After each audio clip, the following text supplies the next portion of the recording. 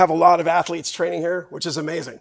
The infrastructure has to catch up because the frequency is outpacing, no pun intended, the infrastructure that's in place.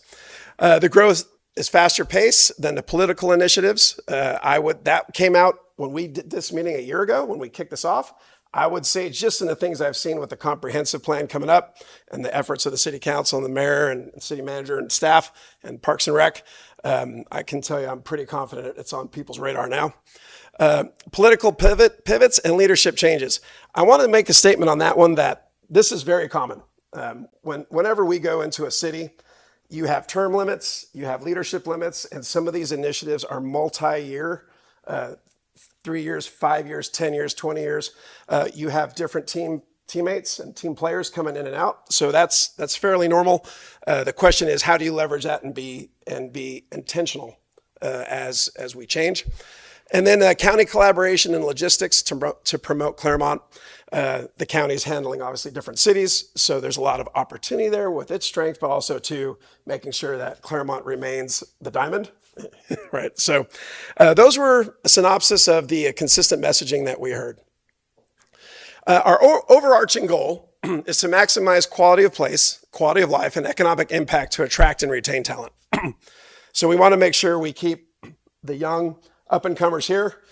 We want to make sure that as businesses grow and that as Clermont grows, and you're looking at the comprehensive plan of university expansion, economic workforce attraction, you want to make sure that you're doing initiatives that are quality of place driven so that people want to move here, they want to stay here, and it's the right demographic and right talent pool that you're looking for. So we looked at 3 areas. Vision, which is identifying reimagined potential of your top assets in a nutshell, without reading every one of those words. That means we are looking at the top 3 things that you have already in place that with some modifications and tweaking can really take you to the next level. Activation. We're following the people and we're following the money. Where are they going? When are they going? How are they going? Why are they going? And what does that mean for you? And does it align authentically with your ethos? There's that word again, right? And then Parks and Rec. Your Parks and Rec, I'll just say right now, is one of your most valuable tools. How do we quantify that? How do we make sure we can all communicate that? And what are some things now based on your inventory versus what you could potentially expand into that will really make a difference and elevate the city of Clermont? So really, with all those words, we're maximizing healthy connectivity. We're leveraging the ethos, the original culture of the city of Clermont as it's evolving, making sure that we're activating sports and gatherings in the right way, mobility and access, how do the people get around in a healthy way, and Parks and Rec. All right, we're going to start with movement and gathering.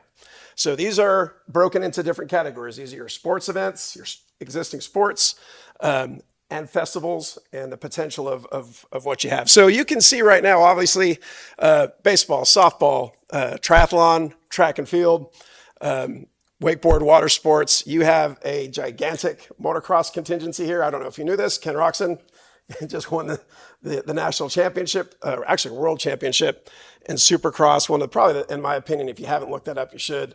One of the best stories of resilience. He almost had his arm amputated and came back, and amazing guy. So rowing, and you also have a big BMX contingency here.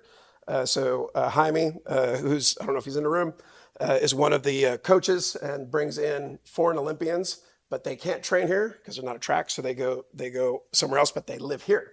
So again, goes back to the relevance of what you have. Without going into too much detail on this, unless you need to, I want you to look at the chart in the beginning, that big square.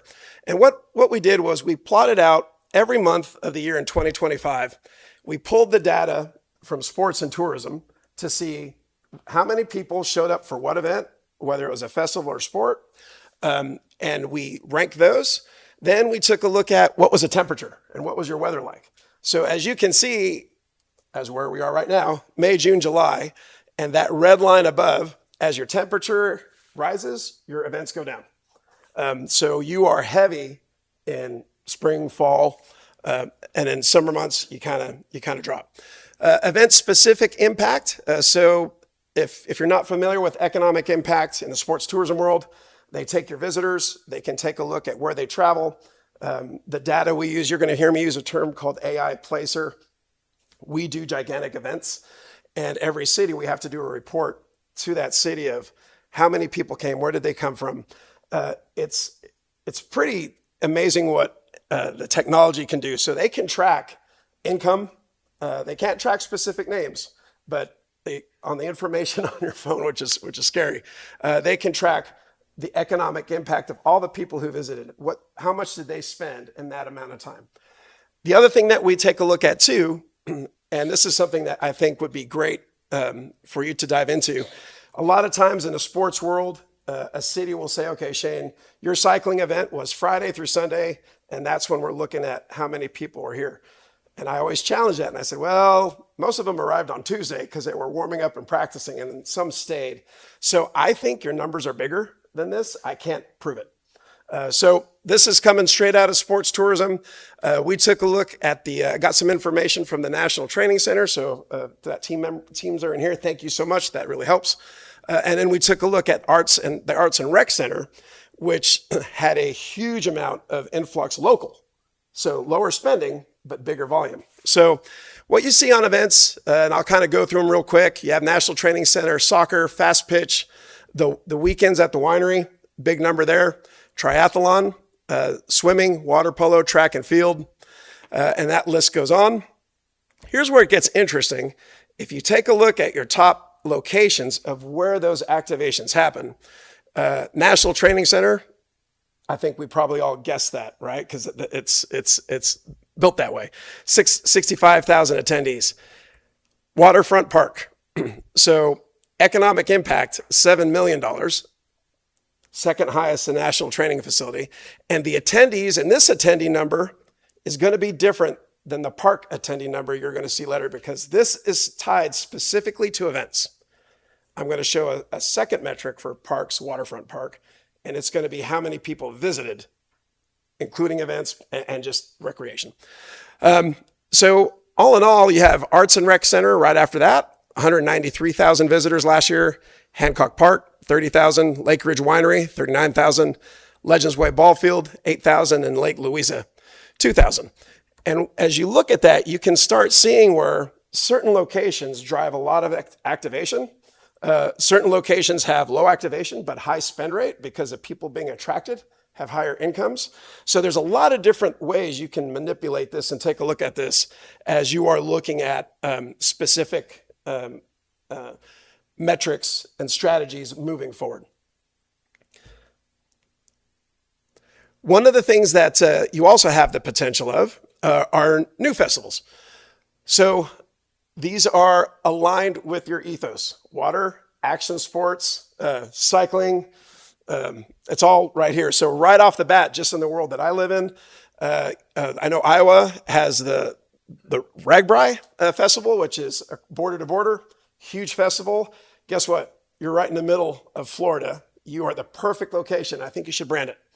I think you should buy the copyright to be the mile in the middle. Get creative. Arkansas, Bentonville, if you're familiar with mountain biking, they are called the mountain bike capital of the world. They trademarked that. That was a strategic marketing initiative. So you have something here that you can leverage. So you are naturally aligned for festivals. These are great, in my opinion, because you're not having to do big campaigns to build foundations and infrastructure and sewers. These are things that are plug and play. So that's something for you to consider.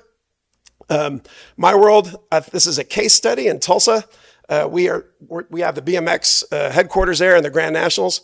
BMX in Oklahoma contributed $500 million since the 80s into that state and economic impact. And just in the last 4 years, you can kind of see 3 to 4 years, we're at roughly $60,000 just with events. We have 3 USA national championships, qualifiers. We have 1,245 athletes from around the world coming in to train. And again, I'm going to say this. I live there. I can say this. It's Tulsa. You guys are Clermont, Florida, next to Orlando. So just process this. 5,300 new youth riders on bicycles out of schools. These aren't even racers. These are kids getting on bikes. We have a RISE program, Resiliency, Inclusion, Social Awareness, and Education, to serve underserved youth. Tulsa was the site of the largest race massacre against the Black community, and this program is based out of there, and it is going very well.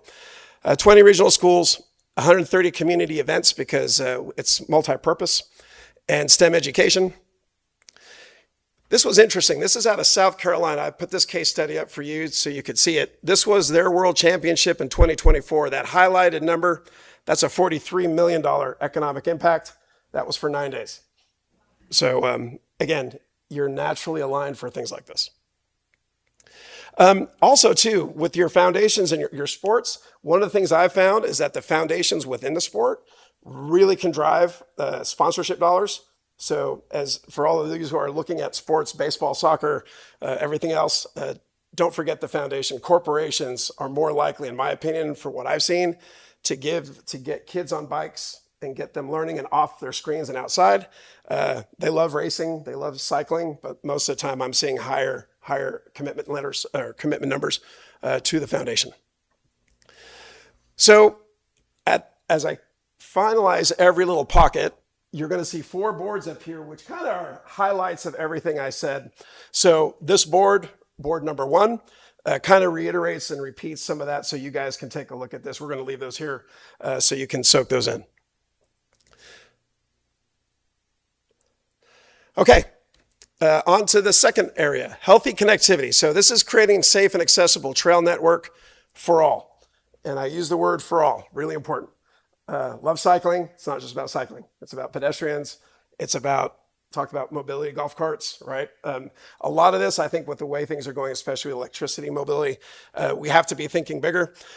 Case studies, a picture of New York, a picture of Copenhagen, of cities that, obviously they've been doing it a long time, but that infrastructure of separating cycling pedestrians from automobile traffic and using buffers, whether that's landscape or hard barriers as concrete, are huge opportunities. One of the things that you will see is here in the middle is the slide, and there's a bigger version of that. Right now, I think Clermont is very fortunate because you have 2 arteries that essentially divide the city into a quadrant. You have Hancock Road and the potential of what that could be, the South Lake Trail, which is already awesome, the potential to really kind of ramp that up and make that a big experience for the mile in the middle for Clermont. But Hancock Road being a huge opportunity of what can happen as you dive into that. So when we took a look at the trails, there's different compartments. I won't get into acronyms. You've got NACTO, you've got AASHTO. These are national standards. Engineers, civil engineers look at planning bike lanes, traffic, and what that means. And we're talking about, this is something to keep an open mind about. A triathlete is very different than a 3-year-old.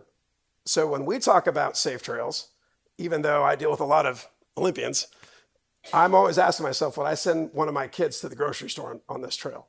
So as you see, you might have a bike lane, but if the bike lane is next to 50-mile-an-hour traffic, that it's a bike lane, but it's not a safe bike lane, right? So I'm going to have Chad come up and talk a little bit about some of the nerdy stuff in terms of the metrics, and I told him to keep it within 5 minutes. But there's 140 pages of analysis if you want to dive into it. Before Chad starts, you can see the quadrants we're talking about. Those thick blue lines are South Lake Trail and Hancock Road. As we look at parks, where those end and where those terminate, depending on which direction you're going, we really see Wellness Way down in the south as a huge opportunity, gigantic opportunity for a future park and as a destination place. We see up north by Sugarloaf Mountain, roughly in that area, another area for a park that could be used there. And the yellow square or rectangles are the areas that are already highly activated based on the discussion we had before. Downtown Clermont, obviously, and the South Lake Trail and Waterfront Park being one of them.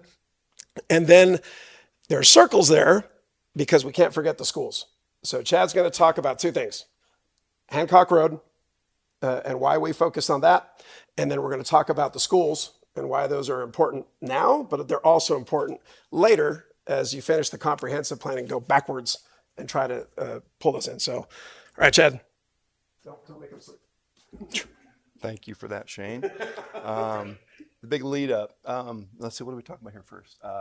Highway standards. So I don't know if Shane told you, like AASHTO, it stands for American Association of State Highway Transportation Officials, and NACTO is National Association of Community and Transportation Officials. They're different in the way they look at things, but they're complementary with one another because they're both looking for safety for transportation, an intermixture of cycles, pedestrians, and cars. Let me see what we're looking at. Oh, I got the thing right here. What we've done is looked at things in the perspective of engineering, but also how does that affect the safety of the users. And what Shane was saying, if you look at this is all in the appendix in the data, so you can just look at this, but it breaks it down into what the commonalities are, what the differences are, and how those are impacted and how you apply them. This is another component we looked at when we did some grading on this, on the entire length of Hancock Road. This is LTS, and this is a function of AASHTO. And what it does is it gives you parameters to look at based on, I don't know if you can see that, desired width of lanes, constrained width, so like minimums, maximums. And then you get to an area where the blue is what they consider to be a positive area, the purple is a good area, and then red, that's where you don't want to live. And so what we did was we created a formula, and I don't know if it shows it there or not, but it gets into the grading of things and how we've done a blend between AASHTO, NACTO, and LTS to come up with a grading system that becomes a weighted average across all elements along Hancock Road. One of the parts that you need to look at is how are the lanes designed? If you look from left to right, you have A, which would be a full shared lane where bikes and cars are living as one, and that's probably your most dangerous condition. B would be a shared pathway, but it's divided by a painted line. C, which is a conventional bike lane, but it's more clearly isolated. And then you have a condition on D, where it's a buffered bike lane where you have cars, an actual divided section that's clearly marked for bicycles to drive on, and then you have a park condition. And then the most extreme case would be probably more your urban conditions, where you have a full automotive lane, bollards, and then an isolated bike lane, which is probably your most safe condition. And then AASHTO goes into looking at how does this impact the way you design this would be like the one on the left is more of an urban condition where you have high levels of traffic. You have intersections where traffic's crossing one another, and that's giving you the parameters which you design by with what they call it boxed isolation or boxed cross traffic. And then the conditions down below on the left-hand side are what we just talked about with clearly defined parking areas, bike paths, and where the cars can go. And then it just kind of goes down in levels of severity where you get into minor sections, and then it's just basically driveways or alleys where the level of traffic is lower. Let's see, here's what we use to grade that. I don't know if you can see that or not, but each AASHTO, NACTO, and LTS kind of comprise 8 core elements.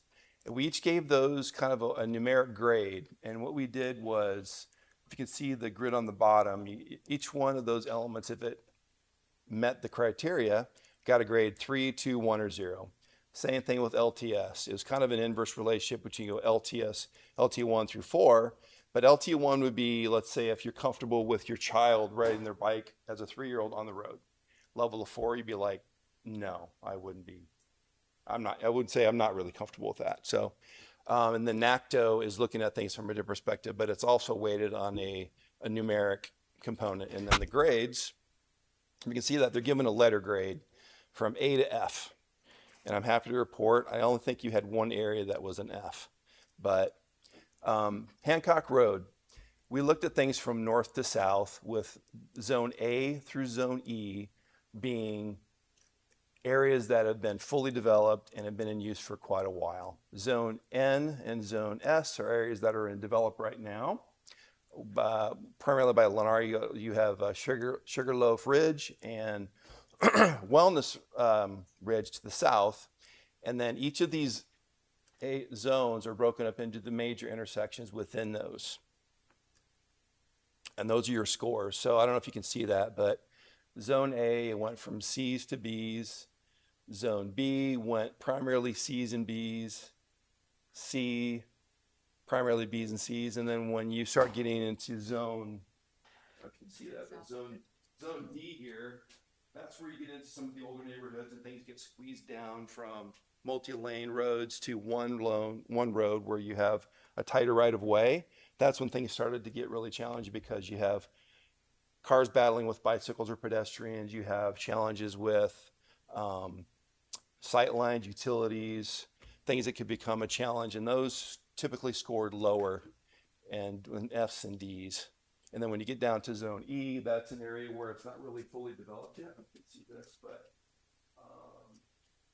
you get into zone E, you're looking at, for about the first quarter of it's paved and then it goes dirt road. So it's in the process of being developed. Schools. I know schools well. I worked inside of a public school district in San Diego County for 10 years as a program manager and a project manager. And safe routes to school was a big component of what we did. So we looked at this from the perspective of a protocol called ANB, which is access, network safety, and behaviors.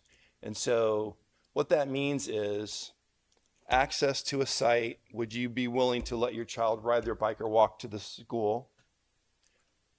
Network safety, does the roadway facilitate easy access for those kids to get to school? Or behaviors. Behavior is more challenging because is the kid going to behave on his way to school, or the people driving around the school, are their behaviors going to become complementary to a kid getting to school on, safely? Those were graded as well. And so it was excuse me, A and B. And so we had specific criteria under each of those elements, and we gave those another weighted score as a way to kind of put some kind of numerics together where you're not just making it very opinionated, let's say. Let's see. So your schools, based on analysis, and all the scores and how we got to those scores is in the appendices in the analysis. So your best schools are basically your neighborhood schools: Aurelia M. Cole, Cypress Ridge Elementary, and Wesley Christian Academy. Aurelia M. Cole, I know, is a new K through 8, which was built just recently, correct? Cypress Ridge is across the street, and those are both supported by a strong network around there. You have lower traffic volume, lower speeds. Tier B would be moderate conditions, where you have conditions where it's supportive of the campus, but you still have maybe some things to work on. And then you get into Tier C, Tier D, and the final distribution of grades. You have 1 in the A range, the majority of them are in the B range, and then you have some that are still good, but they show some areas where they could be using some work. I got it from here, bud. Totally a lot of numbers. So one of the things that I think it's important to see when you're going to see this on Hancock Road in the schools too, as soon as you have high speed adjacent, those drive those grades down. So one of the things I know that are on a big conversation here in Clermont is how do you get across some of these highways. I want to encourage, as you think about pedestrian overpasses and cycling, they do not have to be stairs. You can get really creative with those. So these are just some examples from around the world that go not only water, they go over some of the freeways. So I do on our connectivity map, which you'll see here, we identify some of the bigger red dots are areas that are high priority, of areas that we think we need one. Obviously down in Wellness Way, linking Lake Louisa. There's a lot of activity there with the cycling network. That's a very strong potential. And you can see some others spread around the city as well. Again, on this, we have those grades and data up here. We also have it broken down extremely detailed in the report. All right, the fun stuff, the middle mile. Okay, so one of the things as I go through this, we are looking at really that southeast corner to the northwest corner, all the way down. So from Hiawatha Park, all the way down over to where the South Lake Trails jets back into the neighborhood. So one of the things that we did was take a look at the different proponents of what could be here and why. So I'm going to start with that kind of that northwest corner. The West Bank, it needs a sense of arrival. If this is going to be the mile in the middle, the South Lake Trail, if you guys are going to have a statewide bicycle festival, when people are heading east, when they hit that road, they want to know that they've arrived somewhere special. So there are a lot of amusement parks around here, museums, amusement parks. They do experiential plans. They want to know what do their people and visitors feel the minute they arrive, from the parking lot all the way through the park. So you want them to know they've arrived somewhere special. There's a lot of lawn space there. I know it's swaled for water mitigation and stormwater. There are very creative ways you can do that. I'm going to talk about this again a little bit with culverts and infilling those and developing on top, but leaving the culverts below. Does the same thing, but then you can access that. So that West Bank can really be mixed use as a flex space. Commission local and national art. Put those in the water. Again, don't think just on the banks and try to break out. Those pictures are from Lake Geneva. Some of the best places in the world are just doing things a little bit different that set off the vibe and the ethos. I know there's a dog park in Hiawatha Park. I like another dog park here, and the reason is for flex space. So if you have a big event and you need to move there, you can move into that space pretty easily. Another thing too, which goes on to the NRPA, the Parks and Recreation Assessment. One of the things that Clermont needs more of is ADA accessible fitness equipment. They're very specific, not playground, ADA fitness equipment. So that's something that's what we recommend here. And I know you've got some docks. We're going to talk a little bit about more of that, but I am really pushing for things we're seeing in Europe, which are multi-purpose docks that are mixed use with pods and things like that. And you're going to see a photo of those here in a second. Victory Point. I think it really needs some shade. You have a spillway that goes from the lake down into that water treatment plant. That's beautiful. I've seen other cities use that and turn those into like lazy river for kids.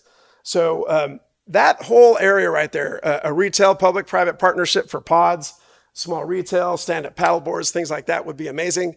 And it would be awesome. You've got a lawn tramp there. I wanted to get in the water. I said I couldn't. So, but it would be amazing. I think there's a lot of potential there for revitalizing that area. A String of Pearls Trail. You have a lot of beautiful things within the city of Clermont and downtown.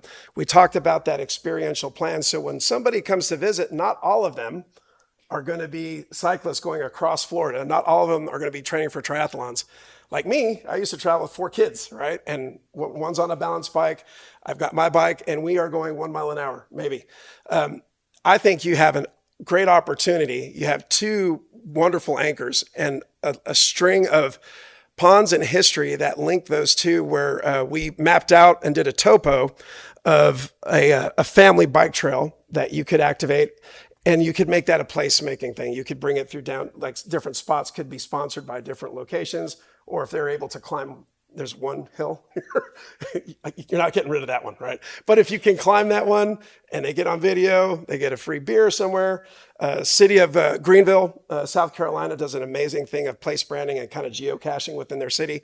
I really think this is something where you can not only educate people on the history of what makes Clermont unique, but it'll be a memory they'll take back with them, because not all of them are going to jump on that trail and leave downtown. We talked a little bit about access and equity, really activating Lincoln Park. You got McKinney Park there. I was going off my memory. I think it had 7,000 visitors just within the boundary of that park. There's a mixed use potential there on the corner, which you'll see here in a second. Bishop Field, which I'm going to address really quickly, and I know some other people are going to address that in a lot more detail, but I'll share what I see. And then Sparkling Lake up there on the top. But Lincoln Park is rich with history. and we just want to make sure that when we talk about access, it's accessible for all. The winery, you saw that. It was like in the top 3 activation points. I think you could make a pretty cool wine experience, cycling experience, linking that and tie that in with the festival. Make it bigger. We talked about strategic swales. There you could use on this one area right now, it's a swale. You could alternate and protect the views of those residences there by doing 1 story with grass roof developments. And areas where they're not impeding views, pop those up to two stories. And you can develop kind of a restaurant retail vibe right there, right on the trail front and closer to the water. That's going to be important. We're going to talk a little bit about funding and how do you do all this. There's a lot of opportunities. This is one of the big ones, I think, of developing new revenue for the Parks and Rec, department with property that they already have through public-private partnerships. This money can then be reinvested into things like Hancock Road and other things. Here's an example of those docks I was mentioning. This is in Copenhagen. They've got coffee shops, stand-up paddleboard rentals. They've got small offices, work centers, skateboard ramps built into the dock. I don't know if our code will let us do that. They do there. It's pretty cool. Activate the water. Instead of putting the stages, if you can, on the grass and taking up that realty where pedestrians and vendors can be, don't be afraid of the water. Get that in there. All right, all you baseball, softball people, fans in here, Bishop Legacy Field. So I love the history of this and what that meant. So I know there's experts in here that are going to be talked about that, but really it's to celebrate the grassroots history of baseball. Preservation of the building and ethos of the era. So I know there's an existing building there. It'd be really cool to keep that flavor. Nurture their future champions. So that's either through connections of heroes with the sport or scouting, economic development through training, tournaments, and then educate and elevate. You can make this a case study of not only a downtown development, but also if you're using the technology of how that worked and how it then trained the legacy of up-and-comers. And then this is at created mixed-use destination at McKinney Park. So just creating a community gathering places that eat, shop, sing, play, rest. This is probably one of my favorite, and I've got a label in there.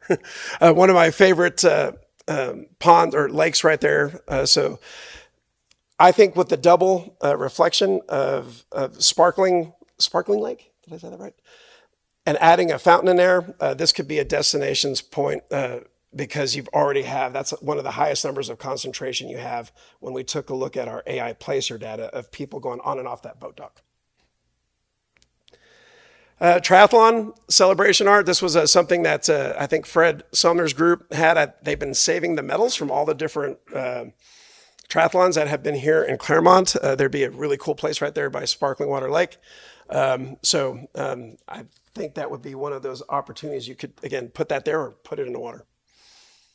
And then mixed use parking. So I think y'all need a parking garage. I think it should be mixed use. They don't have to be blind parking garages. And I also think the roof should be a green roof where you can activate it for other things like events and rent that out. And this is the entry to the Olympic Training Facility in San Diego, Chula Vista. You have a whole list of champions. You could do something similar. I think this should be on the east side as traffic is coming in or bike traffic is coming in off South Lake Trail, entering that park right there across that intersection. Sense of arrival. You've arrived at the middle mile. Okay. I'm going to hit Parks and Rec. Real quick, this is some more data driven, but I'm going to keep it really fast. So we're working with the NRPA, which is the National Recreation and Park Association, and they rank parks based on 2 criteria. They have the 7 dimensions of well-being. So they break that into cultural, economic, emotional, environment, intellectual, physical, and social. Each one of those have very specific areas, and some of those you can measure. Some are harder to measure. This is something that's important that they want parks to make sure they're using as their guiding principles.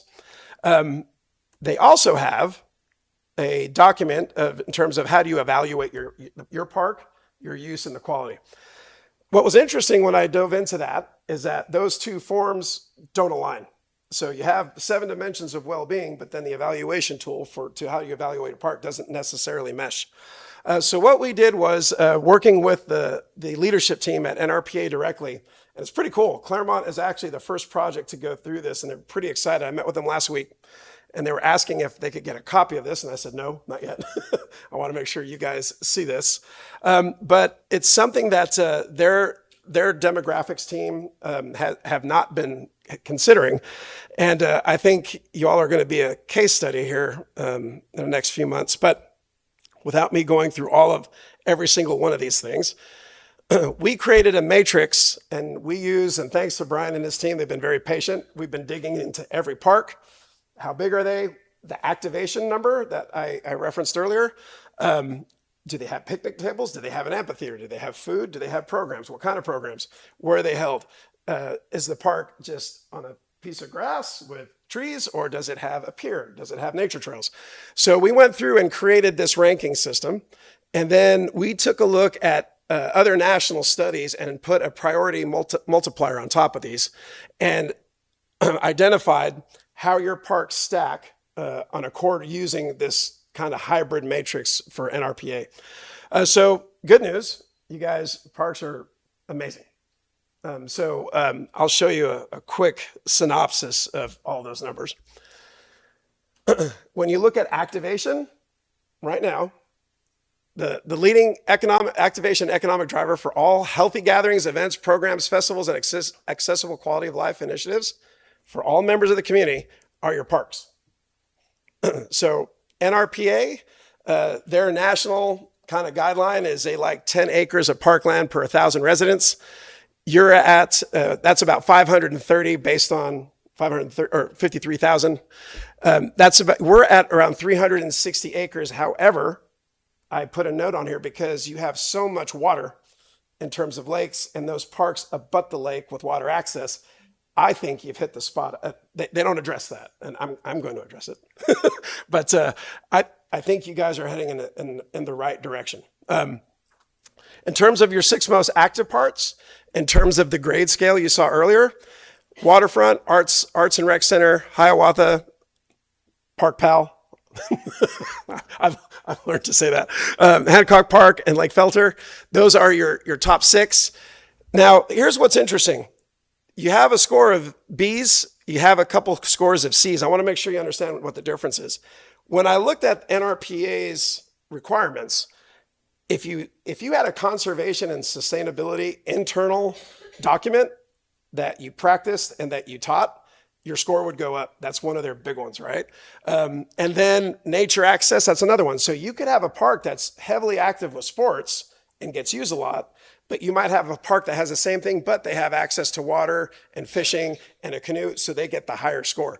So really, an easy way to quick opportunity to jump these up is that conservation sustainability protocol internal.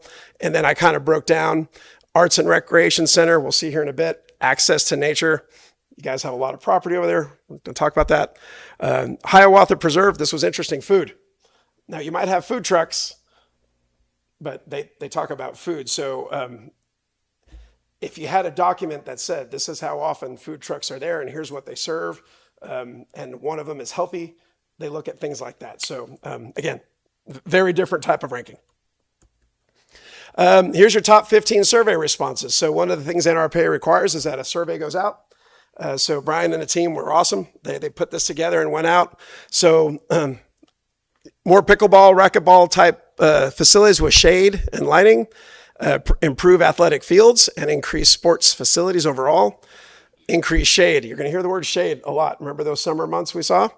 Trees and green space, upgrade waterfront and lakefront amenities, expand trails, walking paths and bike connectivity, which we've talked about, improve park maintenance and infrastructure, add more recreational programming and community activities, build additional indoor multi-purpose recreation facilities or field houses where you have different sports and you can use it, improve accessibility and convenience, address recreation center and aquatic center costs. I looked at that one. A lot of those came in from non-residents. So I just want to make sure I qualified what that was.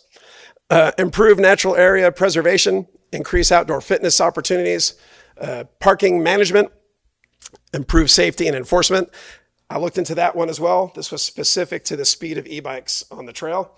And then there was a comment about disruptive activity. I think those are your teenagers, I'm guessing, right? And then add food and beverage options. So pretty similar to some of the things you've seen, what we talked about in parks and with the waterfront park. Arts and Recreation Center, I think in terms of generating new revenue for the city, a huge public-private partnership potential here. This is the existing site. I met with the team and we walked through there and they kind of talked a little bit about the vision of what this could be. There's a lot of opportunity here where you can check off a lot of boxes, not just with revenue, but drive your overall Parks and Rec scores up. So mixed use retail and lodging down on that embankment. Indoor pickleball or similar use. There are people out there who specialize in that. That big purple rectangle off to the west is your indoor field house. An Olympic pool, that one came up also in the survey, but we talked about parking garages. You could do an Olympic pool with a raised parking garage that had some offices, parking, and a green roof on top. And an indoor field house, which I mentioned there. So, and then expansion of some of the program spaces on the back side of that. So, Parks and Rec area, this at the ARC Center, I think is a huge opportunity for you all. Okay, so I threw a lot at you. We're trying to keep it basic here, maximize quality of place, quality of life, and economic impact to attract and retain talent. I think these are your overarching priorities, and I'm just reminding you what we're seeing in terms of the importance of Clermont Parks and Recreation. And it's when you combine, that's a creative $21 million of economic impact in 2025. So phase one, fast track strategies. These are those festivals I was talking about. These are low cost, fast, that's economic impact you can drive into some that's aligned with you, that you already have. Those are your Feast Red Bull action sports events, become the hub for the statewide coast to coast bicycle festival, continued investment in national bids, rowing, huge potential there. Mark's team gave us a great breakdown of some of the events that they want to go after. Soccer, track and field, triathlon, baseball, softball, water polo, and future cycling events. So events and festivals, phase two, generate new municipal revenue through capital improvements, develop mixed use opportunities in existing parts. That's your Arcs and Rec Center, which we just talked about. Waterfront, mixed use development, your docks, that trailfront, wine or dining and retail, mixed use parking garage, and then create new world-class mixed use parks with major focus on Wellness Way area. So create public-private partnership opportunities. One of the things we heard a lot, a high performance lab. So I know that's been in discussion. I believe it's a lot of people are thinking about it, but that came up from, I would say, probably in over 60% of the conversations we had of, and you kind of ties into saying we want access to the National Training Center. Since we can't have that, we want a high performance training lab. I really think if you went down on Wellness Way in terms of putting on that Parks and Rec hat, urban planning activation, that area would be perfect for a hub where you have a national cycling hub, a high performance training center, and you link everything together as an anchor. Phase three, use increased revenue to bolster infrastructure necessary for the safe world-class connectivity, Hancock Road, Wellness Way, and then strategic pedestrian overpasses. Create and leverage a sustainable young professional organization. So what I mean by that is making sure that you have young professionals. This goes back to the dynamics of government. We have leaders rotating in and out. If you have young professionals that you want to keep and attract, you have to make sure they feel like they're making a difference. Just having them engaged is not going to do it. They need to be on executive committees for your chamber, sports and tourism, placemaking, branding, everything like that. So get them engaged, but then get them in leadership roles where they can voice and vote. And last one, leverage your champion and influencers and branding campaigns to attract target audiences. You have a lot of champions here with a lot of followers, a lot of heroes. Utilize them. Utilize that. Make Clermont have a vibe and a community that is like no other. These are smaller recommendations. And I think as I thought about this on the final report, I'll take all the recommendations within the report and just make a comprehensive list so somebody can just go straight to this. But just top one, consistent investment in Parks and Rec. So Brian's team, let's keep digging into it. Let's put that survey. I'd leave that survey out for another year. I want to try to get to 1,000 responses. That'd be great. And then kind of circle back, see where that is. Shading strategies, internal protocols for conservation and sustainability. It'll drive those scores up. Implement cultural and mentor-based programming in parks. So parks that are heavy in sports, just make sure you can check the box and say, hey, we have these type of festivals or classes and things like that. Make sure it's diverse. We'll update the 7 dimensions of well-being with the NRPA matrix. And then I really think, and I put this on the radar for NRPA's national conference in 2027, I think this would be a really cool panel to have up there in front of a bunch of people, talk about the success that you all have. Trails and connectivity. Once the comprehensive plan is done, we've identified the arteries. Those, in my opinion, have to be done realistically before, or a portion of those have to be done. And then you have to figure out how to get all the neighborhoods that we've identified on our map that don't connect to those, connected to them. Implement safe routes to school protocols and all new educational design initiatives. So you guys, any new schools coming up, make sure that that is a requirement, that they have to follow that. Safety work with law. I would work with law enforcement. Just as you talk about e-bike on trails, and just have that conversation of how that works. I see this everywhere. even at the national training facility, Olympic training facility in San Diego, they got kids on e-bikes come breaking in. Easy one, separate lanes between cyclists and pedestrians. You consider widening the trails too, if possible, especially with the flow that you have. Infrastructure. There are flexible traffic stanchions. If you don't know what those are, it's kind of those things you see on a highway. If you hit it, they don't break, but they make a noise. I think Dan had sent me something from Florida on a conference he went to, so thank you for saying that. But those greatly reduce fatalities on your high-speed highways. So they're not attractive. You can make them different colors or something, but at the same time too, easily to put up, and it could save a life. Anticipate weekly endurance training routines and all future road expansion strategies and comprehensive plans. A lot of runners, a lot of cyclists. They're not just on the trail, they're getting on the roads. And again, leverage the local champions and heroes. All right, I'm gonna stop talking. That's a lot. We have a lot more data if you need it. There are boards here. We're gonna leave these boards here, and if you wanna take pens or markers or whatever, you can write on them, any ideas, and then Brian, I'll circle back to you here in a week or so. We'll take photos of it and make sure we implement it.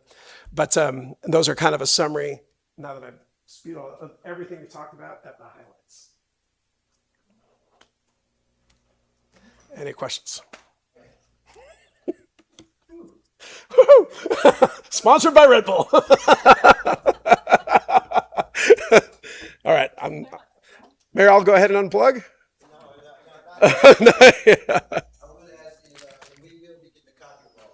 Yeah, so right now you have a copy of this. I said, like, this is about 99%. I want to clean this up. But yeah, I think by Friday of next week, I'll have all. I also want to see if there's any comments on that. Brian, you'll get the full copy of that. But you do have the PDF of this now. We don't, but the city does. Yes. Before I go to council, it is a public forum. I'm expecting you to give us some kind of feedback on those students on the right. Anyone in the public who wishes to come back and give some kind of feedback, they come to the microphone and. Yep. Let's please keep it at 3 minutes. Yeah, come on up. All right, so my name is Michael Hoxson. I'm a local physical therapist and a trainer, small business owner. My office is actually downtown right here on 4th Street. Oh, sorry. Is that better? Yeah. Okay. So I moved here from New York 5 years ago. Fell in love with Clermont. Choice of champions. One thing I noticed, because this is what I do for a living, I help people create the best version of themselves. So through health, through movement, and through health. So one thing I noticed was an elephant in the room is that we have some of the fastest human beings who reside and train here in Clermont. And although we do have Olympic-sized tracks, it's exclusive for the elite.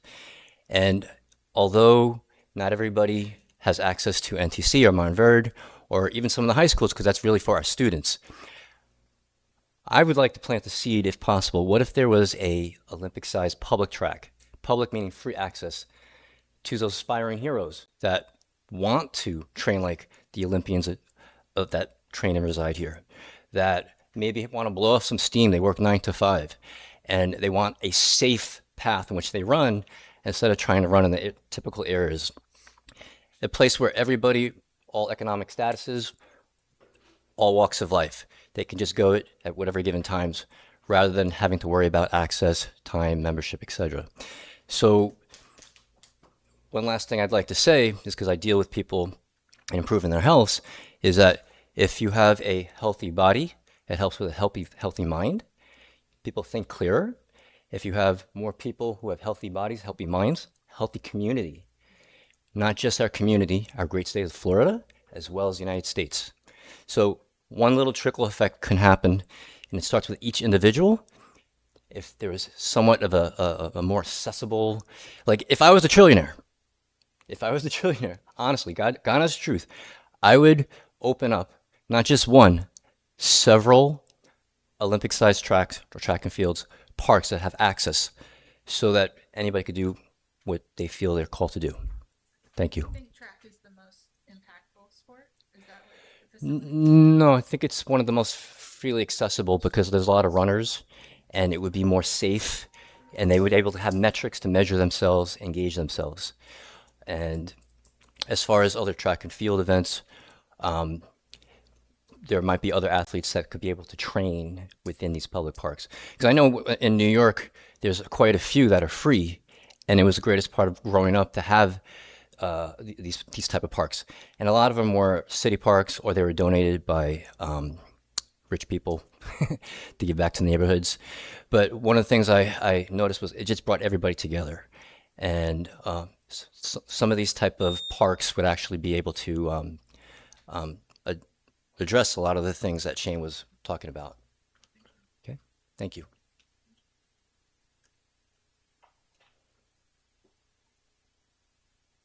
Yes, sir. Hi. My name is Aaron Blevins. I've been in the kind of the immediate area, a little bit in Groveland, a little bit in Clermont for the last probably 12 to 15 years.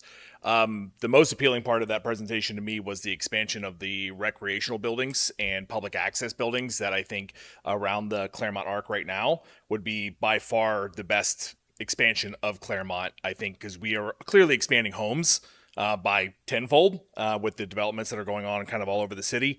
Those facilities are absolutely needed for the Clermont residents. I think if you guys look to expand and adopt this idea of around this building expansion, that the focus is on the Clermont residents that need the facilities. I love the idea of appealing to people to come in to our city and enjoy it for an event, but I think that the core focus of the expansion needs to be about the immediate Clermont residents. And I know that we draw lines of the city limits and the county limits. My address says Clermont, Florida. I understand that I may not live directly in the city limits, but my address says Clermont. I represent Clermont. I want to be in Clermont. I moved here for a reason. The house that we particularly wanted ended up just outside of the city limits, but I consider myself as a member of Clermont. So I think it's very important that if we expand and we continue to grow, that the point you made about the track and field, go to one of these major universities and copy what they're doing in their field houses. They have professional tracks that are banked. They have an indoor turf facility where athletes can work. We experience rain, like if your kids play travel sports or they play any kind of outdoor sport, you know what it's like in the summer. It's a bit of a coin toss going to practice. You don't know if you're running into 4 inches of rain or if it's going to be 1,000 degrees. So an indoor facility that's focused on Clermont residents would be, I think, a no-brainer for the city. It would print money. As long as it's reasonable for the Clermont residents, eventually when it will be utilized 100% of the time. And I think that's probably the goal for the council, is to create facilities and utilities that are being 100% utilized, right? That gives everybody the best use of the tax money that's coming in. So I think it's kind of a spot on the expansion of facilities and things available to Clermont residents. But I just want to make sure that Clermont, the people in Clermont and the residents in Clermont, like I know South Lake High School can't be on this map because it's not in Clermont, but you have so many residents of Clermont that go to South Lake High School, right? So all of these facilities kind of come into the whole community. I think that's the direction of the focus here. Is the bike trails are great. We have a really nice bike trail though. right? And we do a pretty good job in this town of sharing the bike lane. I don't know if the chief of police is here would agree to that, but we do a pretty good job of sharing the roadways already with bikes. The parks and facilities growth, I think, is the number one thing that I hear from people in the area that they'd like to see more of. Thank you.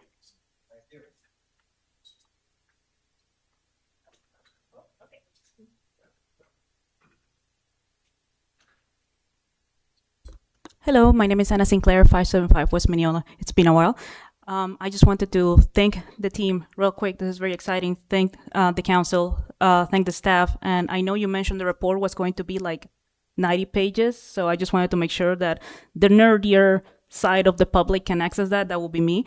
Again, thank you very much for this. I'm particularly excited about the expansion of our greenways, especially about safe routes to school. I firmly believe that when children have the opportunity to start their day with a little bit of exercise, just a 10-minute walk or bike ride, they arrive ready to learn. They have lower rates of depression, anxiety. Research shows this. So I'm very excited that we as Clermont, the choice of champions, are going to be investing into this. And again, thank you very much for all the effort.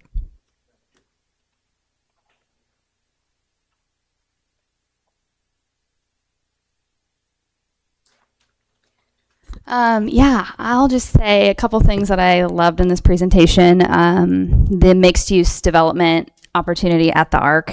When I think about how Clermont's going to grow, I know there are some people that have a lot of big feelings about that. We're going to grow, and how we grow is what we can control better. And I think that's a huge opportunity site for accommodating growth in a way that enhances quality of life for the people around and the people that would live in a development like that. So I love all the activation being proposed there, including infilling with residences there as well. I love the middle mile concept. I think that just expands the story that we have with the Coast to Coast Trail, and it provides a lot of opportunities for a lot of different kinds of things as opposed to everything all in one thing. Expanding that out over our waterfront and bringing a lot more activation, I think would be very high impact and enjoyable.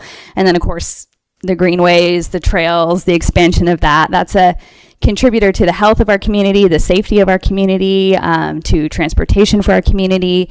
And the proof is in the pudding. Economic development almost always follows great investment in trail systems and networks. So I love that, support that. I think just on a big picture, there's art and science in this presentation. There's a lot of data and a lot of science behind it, but there's a lot of whimsy to it, and these are great. I appreciate the outside perspective and the creativity.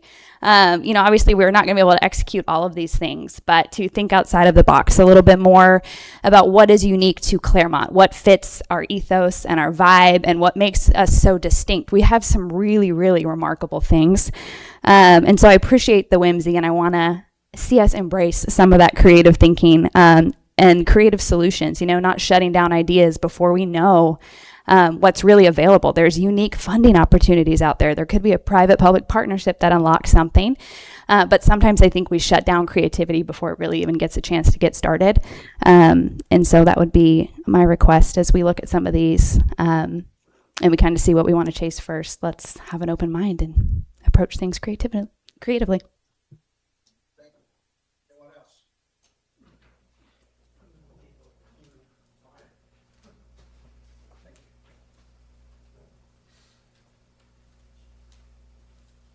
Council, Mr. Mayor. How you doing, sir? Good. My name is Brian Davis. I'm a resident of Clermont. Been here for 25 years. Live over on Hancock Road. About 15 years ago, we sat in this very same room with the League of American Bicyclists and worked on an application to be recognized as a bicycle-friendly community. And in that time, we've discussed a lot of what that gentleman just mentioned up here pertaining to bike lanes. And I do own a business here in the city. I'm the Trek Bicycle Store over off Hancock. We've been in business now 21 years. Moved out here, like I said, about 24 years ago. And I think there should be some importance placed on connecting these trails with other areas of interest within the city and county, whether they're used for individuals to commute to a bus stop or to, say, the Lynx car park area down on 27, just south there, a little bit of Hook Street. And there was a lot of discussion at the time, and when the league came back with their findings and the grade rating that we got and everything, that it took us to be recognized as a bicycle-friendly community, which we were. But a lot of that came out of that was the fact that we lack that infrastructure that allows people to go from one place on a bike trail to another place on a bike trail. And a lot of that has to do with the bike lanes on our highways. I can tell you, I'm a cyclist. There's several other cyclists in the room here. Our bike lanes are scary. So those buffeted or those protected bike lanes are something that I really think we have to address as we see more and more development in the community. And why not put the burden of that on the developers? Let them pay for that. My understanding is, and the county's not here today, but my understanding is like North Hancock, when it started to progress north, that all those communities that are being built in there, they applied for a cut in the trail so that they could create an entrance to that community in the trail. And if you go out there and look at those entrances to those communities, excuse me, my voice is fading a little bit. They did just that. They put a cut and created an entrance into the community, and they put a concrete barrier in the middle of it. So you stay to one side or the other of it. But there's really no other way to get to that community. The bike lanes on the roadways are what are required by DOT at best. And then you've now mixed the trail into all of these neighborhood access points, and the crossings themselves are kind of dangerous. One in particular, just real quick. One in particular on North Hancock is right there where the new Publix is. When they developed the Publix, they put a retaining wall in that completely obstructs the trail and the bike lane. So cars coming out of that Publix can't see you. So there's got to be a little more interaction with the developers of what that kind of stuff's going to look like. I mean, it's a dangerous intersection. It really is. I implore you to maybe get in the car and drive out there someday, and you'll see exactly what I'm talking about. But it's the entrance to the new Publix off of North Hancock that I'm addressing. Yeah, Mineola, yes, sir. And then we've got a great venue that's getting ready to open up there called Crooked Can, and man, that thing is going to blow up. I'm telling you right now, it's going to become a destination for a lot of people. So we have to make it easier for those individuals to get there, whether it's on a bike lane or on a trail. So a lot of great information. I know council has a lot in front of them that they have to consider. I know the county is a very big part of that. And we have to go through them sometimes to get what we want. So I understand that. But yeah, just some considerations. He had a lot of great information in the presentation. I mean, we have a lot of great things in Clermont. We are rich in things to do in Clermont. We just need to expand those and make them more accessible for everybody. And I think was his point in that presentation, is that we lack some accessibility in a lot of areas in the city when we're trying to get to those venues that we all love and cherish so much. So, thank you. Anyone else?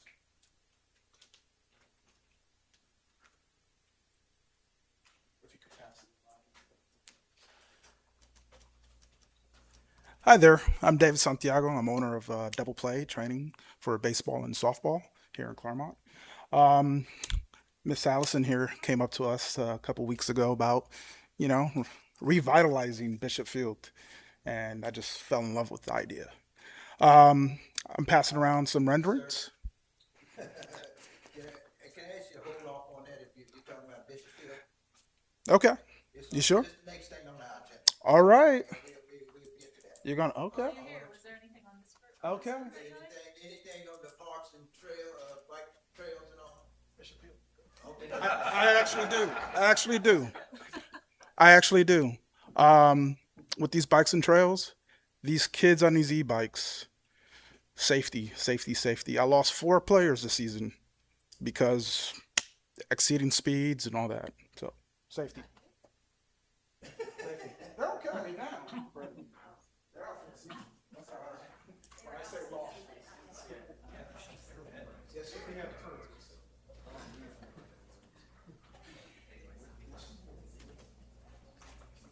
Hey everyone, my name's Herman Van Bogart. I'm with South Lake Little League.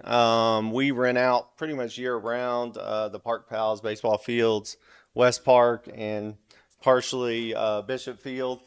Some of the things that the board and a lot of the parents from the league just kind of want us to address is kind of the condition of the fields. We have great communications with the Parks and Rec department.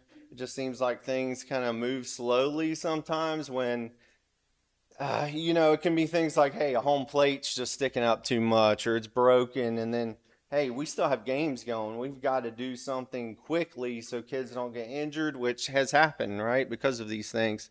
So, yeah, I don't know how we can speed up that process to help repair the fields and get them to the condition that they need to be and even to upgrade them.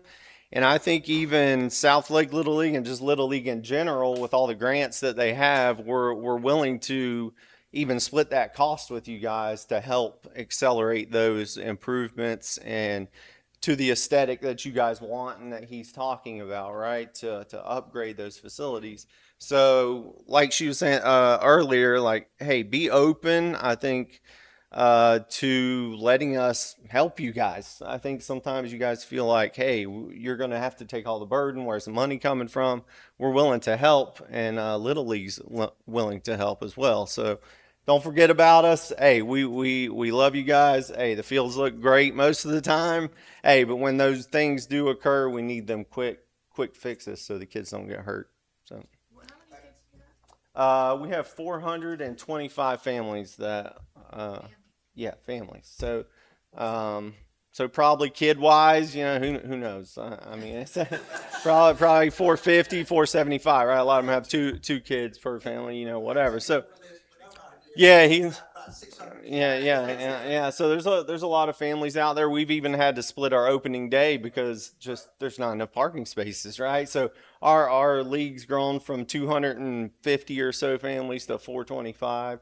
And it just we're growing, we're bursting out the seams. So any other facilities you guys can add? We've tried Groveland and Mineola. They don't have space either, right? So that's a struggle with us. And then you try to double schedule a field. You can't have t-ball kids going home at 10 o'clock at night. It's not an option. So. Wave a magic wand. What would you suggest to us that needs to happen in the next 5 to 10 years? Clermont baseball, definitely. I mean, more facilities. There's got to be more space. There's more people. Where would I put them? I haven't thought that far ahead. I mean, yeah. I mean, but. I mean, where are the families coming from? Like the farthest For our leagues, we're getting people from all of South Lake County: Mascot, Groveland, Clermont, Mineola. Yeah, Winter Garden, almost Davenport area. They're all coming to that field and that area. And then we play interleague games versus Winter Garden, Apopka, Windermere, Dr. Phillips. They all come to play our older kids and older divisions. So we're getting people from all over. And just like I said, just a more steadily maintained facility, right? I think that's the biggest thing for us. Yeah. When I was out there for opening day in March, Mm-hmm. I wasn't happy with the pitching mounds and the rubber Yeah, and everything, yeah. and the holes in the first place. And I asked my city, my park reps to go out there and take a look at it. Did they get out there? I haven't been. The mounds, that's one of the things that I'm talking about. Yeah, the mounds are bad. I mean, they're really bad. I mean, exposed rubber. I mean, we're trying to fill them in all the time. But at the same time, we try to do what we can do, but then we kind of get some kickback from you guys. Hey, don't touch the fields. You're going to cause another problem. So we're in between. We don't know what to do. Should we help you fix it or not help you fix it? And then we can't let it drag out where, like I said, safety becomes a problem, right? So we're kind of in the middle and we don't know where to go. So if you guys, like I said, a more prompt repair would help just kind of even all of that out, I think. How often do you meet with our staff? We're just on a texting type of thing with Paige and Taylor sometimes, and we have meetings twice a year with them as well for our contracts or year-round contracts and whatnot. But yeah, so quite a bit. Yeah. So just to let you know, because Paige is watching, so she sent me a text. Oh, Just- hi, Paige. You respond. Our answer is that she responds by the next day. She gets the field crew out there by the next day, whatever your request is. So listen, the mound's not gonna stay perfect all the time. You're gonna go fix the mound and then you're gonna play on it, and then it's gonna wear away again. But we don't want you guys touching the field. No. Because Yeah, exactly. See, Well, that's still, we don't want them touching the field, but the safety of our kids is very important out there. And I Right. think at the council Right. meeting, when I came back, I asked to go out and look at them pitching mounds and the batters, yeah. pitching, batting play, and they play did, area, because it was very unsafe. right, the reality is the crew does go out and handle it, but the field's not played on. Yeah. So it doesn't stay perfect forever. They play on it. They have 600 kids in a league. It's played on all the time. So Brian, I understand it. I used to take care of fields as part of my areas of in the military, take care of fields. But what I saw out there was a lack of maintenance and care. When I got a pitching mound, rubber, this almost six inches out of the ground and everything, that's very unsafe. And when they sit in the batter's box, they sitting in a hole. The plate's sitting out here and they sitting in a hole. That's kind of unsafe. So that's why I asked the council meeting that we go out there and take a look at it.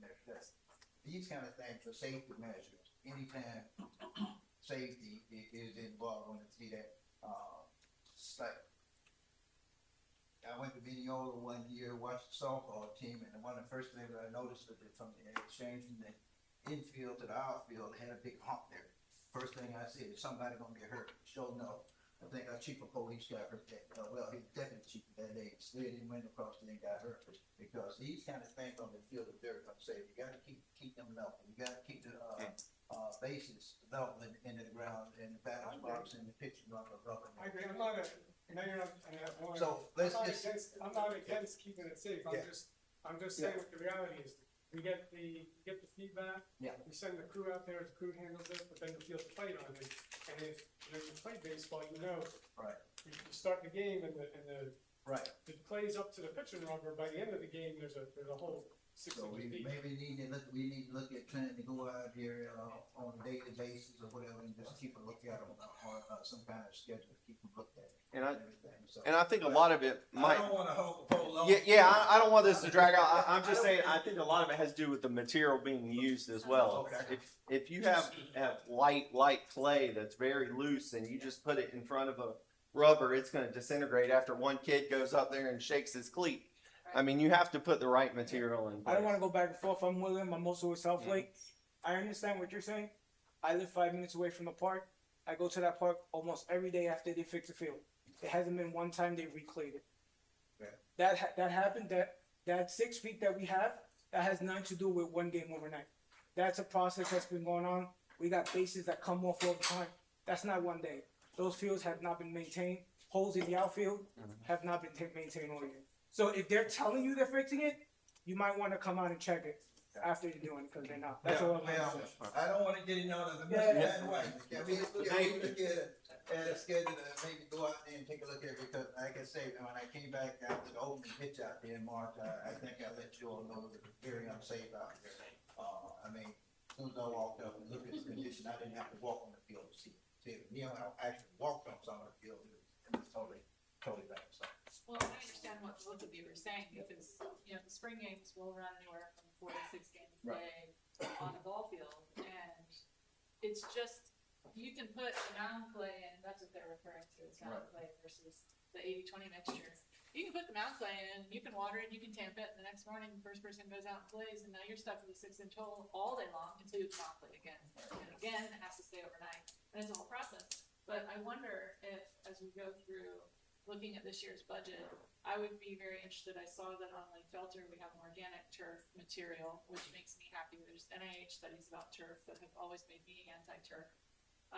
But now there's organic turf material that might help with some of these maintenance issues. And given are a certain condition with some funds and reserves, and there's some, we have some opportunity to maybe implement some long-term strategies that reduce maintenance, don't increase cancer in our children, which I like, and allow for easier fixes, annual replacement of the pitching rubber, things like that. So I think that you're right, and I think that you're right, and I think that they're right, and the problem is the material, the system, and the process. But if you're trying to handle, I've been out, my kids play now, and they play 6 days a week. Like, you just can't keep up with that for what, 3 months is it? It's 2 months. Yeah. 2 months and then We have 3 two months. seasons. And then we did the tournament, Yeah, right? I was about to So- say, it's technically like the end of June, or like It's the end almost of July. January through May, but then we host All-Stars from May to the beginning of June. Right. So really, it's the end of June, all of July, and the first maybe week of August that there's nothing, and then we start over in August. Almost So- year round. I think maybe a workshop with the league to talk about what we can help with, what we can do. There might be some material changes, but, I speak your language, I know what you're doing. You're good. But, yeah, and I understand the dilemma you're working with, and you have to do them every day, and you just have to do field every day. Yeah, or something like that. We played 4 games tonight on our field, and every day we had to go out and every day do them, haul in, play, and everything, and repack them. But we don't want to prolong. Yes, ma'am. Oh, I'm just, Oh, okay. just standing here. Yes, sir.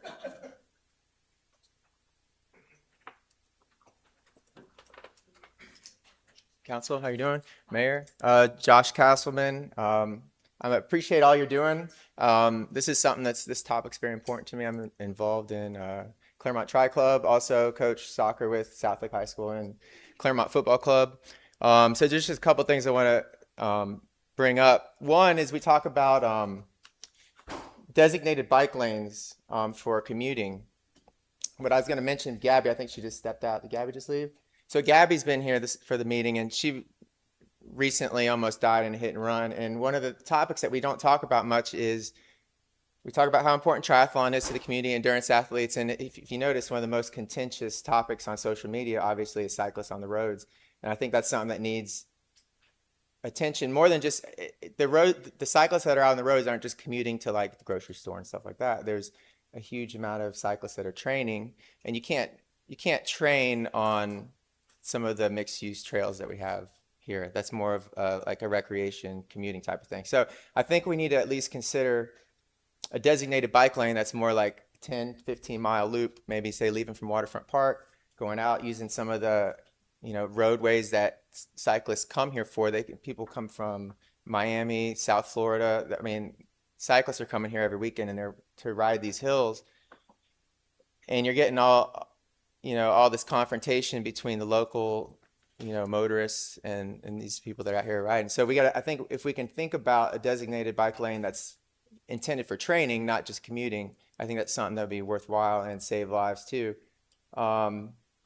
And that would take a little creativity, I think, maybe tying into maybe from Waterfront Park, going up Hancock, hit a couple hills. Because right now, if you want to ride, in the triathlon community, that's the main topic, is how do we train safely? And right now, we're basically reduced to Lake Louisa State Park.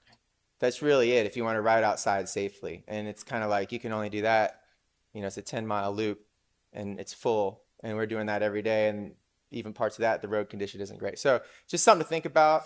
The other thing is we talked about the parks, like soccer fields.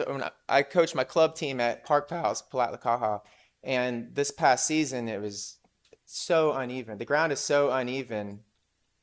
You can't play quality ball. And in your presentation, you mentioned the NTC brought in $6 million from tournaments and stuff like that. And I mean that part of the reason is because that playing surface is so good. If we could have more fields, higher quality fields taken care of, where you can practice safely and host tournaments, I think you could start doing a lot more of that. But anyway, I just want to say thank you.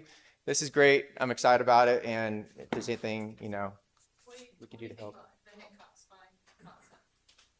I mean, all this, it sounds great. It sounds like a big project, but I like the idea. Well, you're talking about like a designated space. Is there opportunity there on Hancock, or are we looking at the wrong direction? No, I think so. I haven't like studied the maps. Absolutely, absolutely. I don't ride on Hancock much. So I mean, I'm downtown, and then I train Lake Louisa. I haven't felt safe riding anywhere else, to be honest. So I haven't spent much time on Hancock. But yeah. Okay. All right. Thank you, everyone.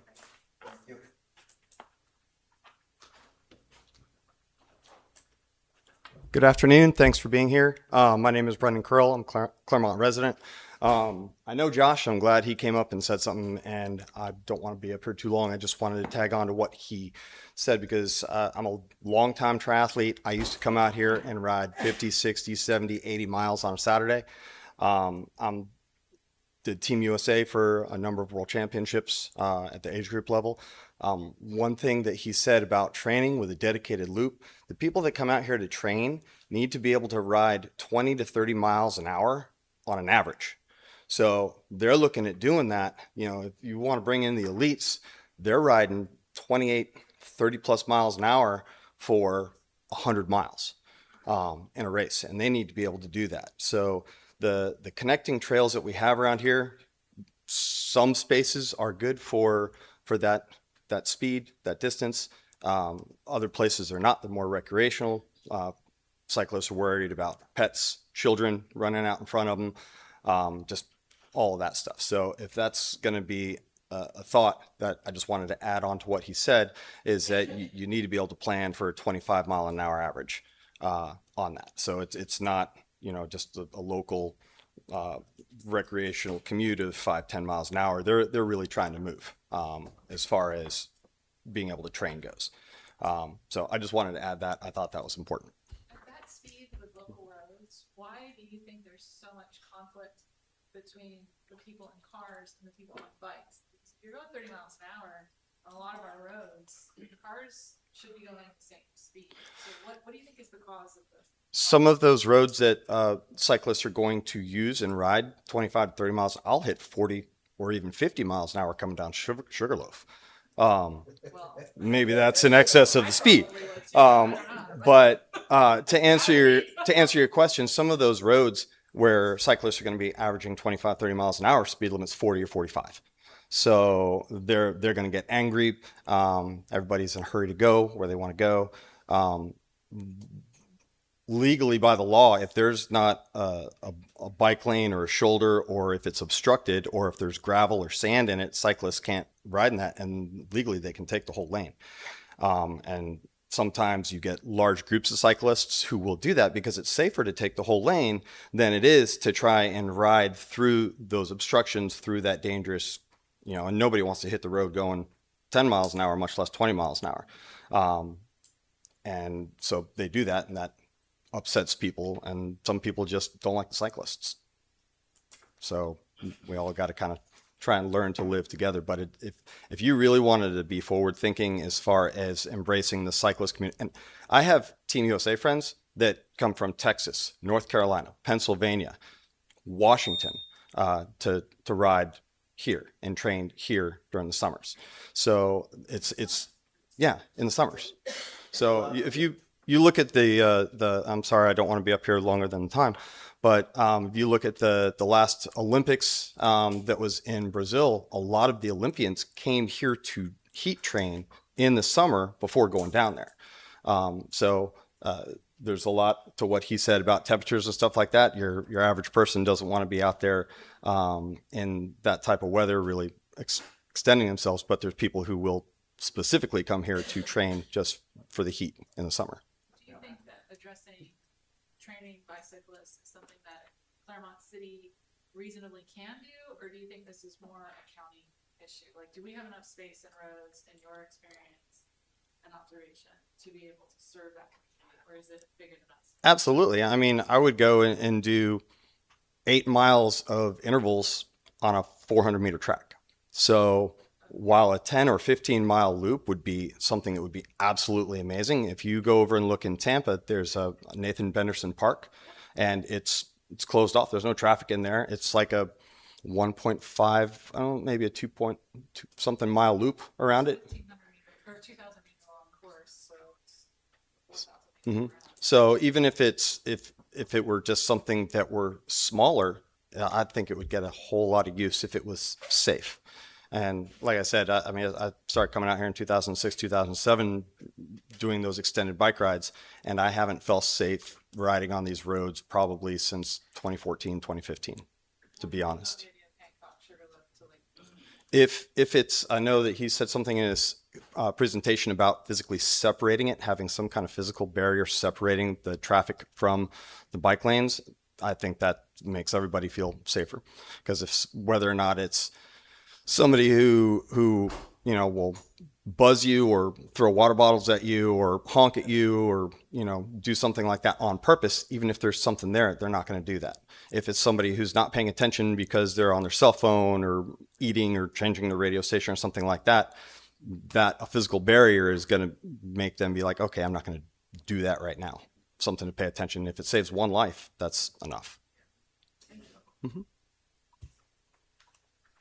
Yes, sir. Good afternoon, Council. My name is Adam Narvaez. I am a Clermont City resident, business owner, and currently serving as the president of the Clermont Girls Fast Pitch Softball League.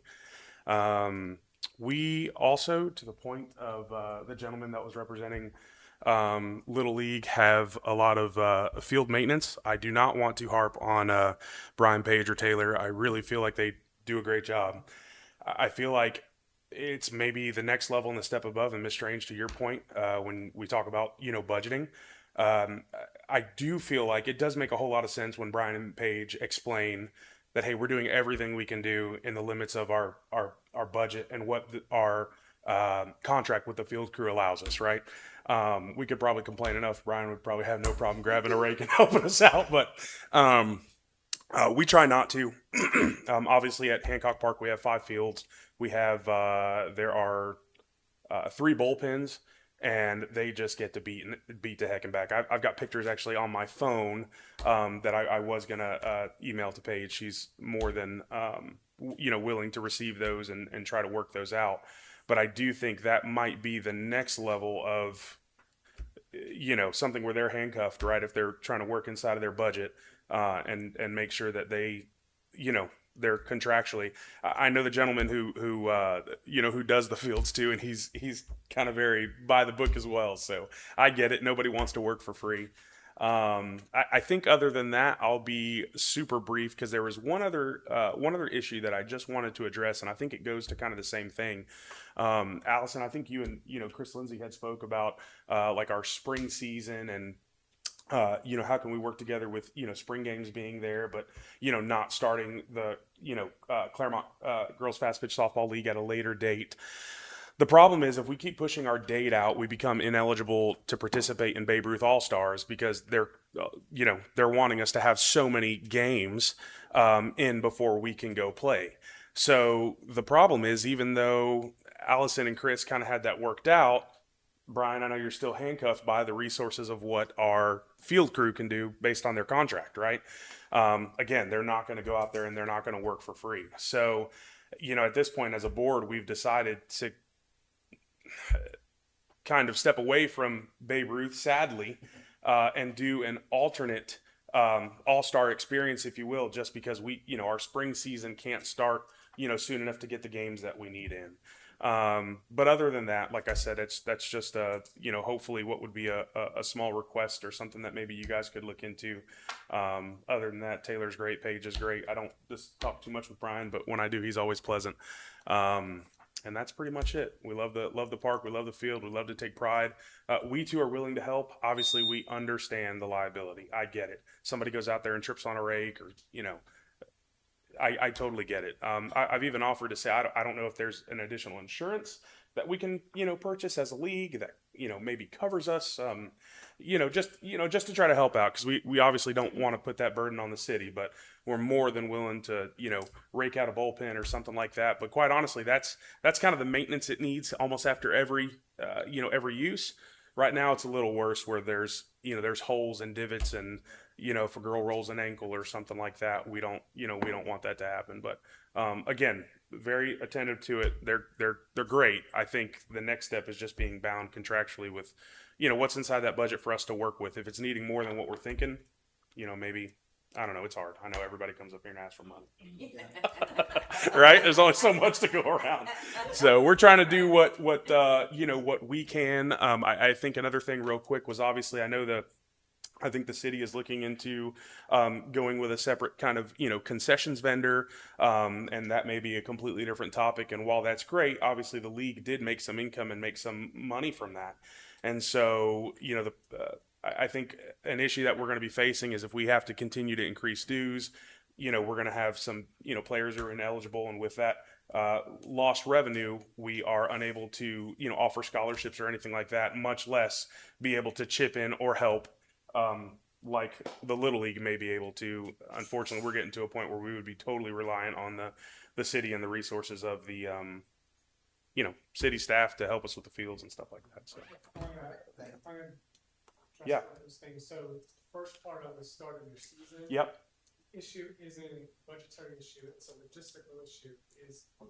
We have spring games going up all day. And then Yes, sir. Remember, right after that, following week is KSA all week. Yep. So there still needs to be time. It's not a money thing. It's a time thing. Okay. Where they have to be able to still maintain the fields. Yeah.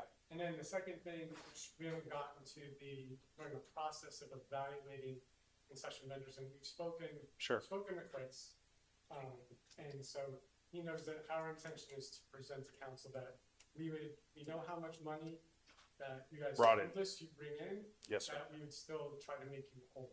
Understood. No, and that, to your point, Brian, that is extremely fair. You're right. I was a part of that conversation, at least the one that we had. I think you had asked if we had a budget amount of what we would do, and so that's wonderful because we'd love to extend. Listen, if we have a surplus of money, what can we do with it, right? If we can't improve the cages, if we're not supposed to touch the bullpens, if we can't do anything, the only thing we can do is put it back into the kids by offering scholarships, maybe some better tees and catcher's equipment, different things like that. But a pile of money, that's a small portion of it. And I guess I misunderstood. My understanding was that because of the hours needed for the field crew in order to flip the fields for spring games, that they were contractually working over the amount of hours that they had allotted or budgeted for. Because in order to start our season, we don't necessarily need the fields prepped, lined, drugged. We're just willing to get out there on the clay. So the same hour that they would prep it, if it's possible for them to do it maybe after us in the morning. And I know I get what I'm asking for. They still need to do this. Yeah, no, I get it. Well, I just feel like, I don't know. I mean, I get what you're saying, but I've driven by Hancock Road at midnight and they're out there dragging. So it's like sleep's very convenient for them when and if they can get it, right? But, I'm sure people in Kings Ridge probably have no problem with you turning the lights off at midnight, but they're out there dragging the field. So I completely get that. I completely understand that. That's just our whole, kind of conflict. Other than that, we're happy. You guys are doing an amazing job and we appreciate it. So if we can fix that, we're great. Thank you. Thank you. Anyone else? No one else? So then, public comment. I think we all very well aware of the fact that we don't have enough parks and fields and everything here in the city for the amount of fields. But this is Florida. And people like being outside playing baseball and all these things throughout the year, like I was when I grew up here. And I think that's one of the reasons we, about 3 years ago, or maybe 4 years ago, we sat down and started talking about trying to flip our fields to astroturf. And I know there's a big concern right now about artificial turf causing cancer and everything, but I think there's some of it out there that we can get away with. After all, a lot of our pro athletes play on synthetic turf a lot of time these days. So what we did, looking at that, is just trying to save the city some money, even though it's going to cost us a little capital up front to put them in, but we can use the fields year round. That's one of the biggest problems we have with all our parks and softball fields and all this is the fact that we have to shut them down 3-4 months out of the year just to for maintenance purposes. Okay, so every time we shut down a field, that means somebody's inconvenienced. And so by going to synthetic turf, we can probably utilize the field year round. That'll help us in one aspect, but we still need more fields. So where do we go and put these fields? Where is the land to put these fields in? That's one of the reasons I've always advocated for the city to buy the extra land that's available out there and have land in inventory so we can do these type things. But right now, like when I first came there, we had no property out there to do a lot of things. So we acquired some things and we're trying to do other pieces with it. So that on the ball field, I'm just saying, I would like for you just, one of the things I noticed in your presentation, most of your slides and pictures and maps of everything was really outdated, okay? Especially the one at the Arts and Recreation Center.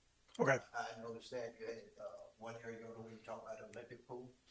Our police department take up all that area right now, okay?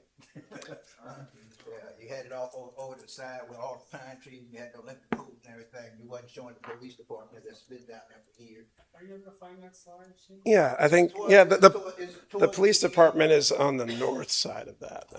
Yeah, let me, He was proposing on the south side. south side. Yeah, Yep. well, I saw stuff on the south side as well. The police department is covered with the legend. So the police department is up here. Yeah, the police department And then ended up here. we're talking about And things like that, of course. We started parking here, which I would like to see parking in there, but also let's take into consideration, we got pickleball courts in there and everything too, so. Which they also, I asked, well, we need to put parking, and when we put them in there, I was for putting parking in there, spending extra money to put the parking and putting restrooms and everything out there, which is one of the things they coming to me and asking for right now is restroom. When they out there, they have to run over to the Arts and Recreation Center to try to use the restroom, but when the Arts and Recreation Center is closed, they have no restroom. So we need to maybe looking at putting some restrooms out there as well for the pickleball courts. Of course, I'm also getting complaints. I think I've had Mr. Van Wyden go up and talk with the residents and legends down there about the noise from the pickleball court. I don't know what the study came out asking to do a noise study up there because a lot of residents up in the legend on that Black Road is complaining now about noise and the like. So we need to take a look at all those things.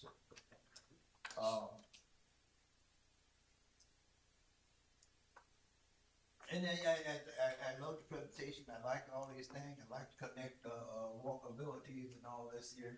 And one of the things that keep popping out with to me in all the presentations I've seen, out of all the areas of Clermont, which I've been here a long time, all the areas of Clermont, the most walkable portion of Clermont is this northwest quadrant, right here, from Highway 27 west back and then north Highway 50.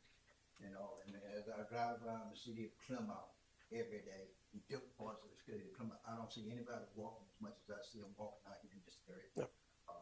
I come downtown a lot of times and see some of my neighbors, some of the people living in the area, and I ask them how they get up.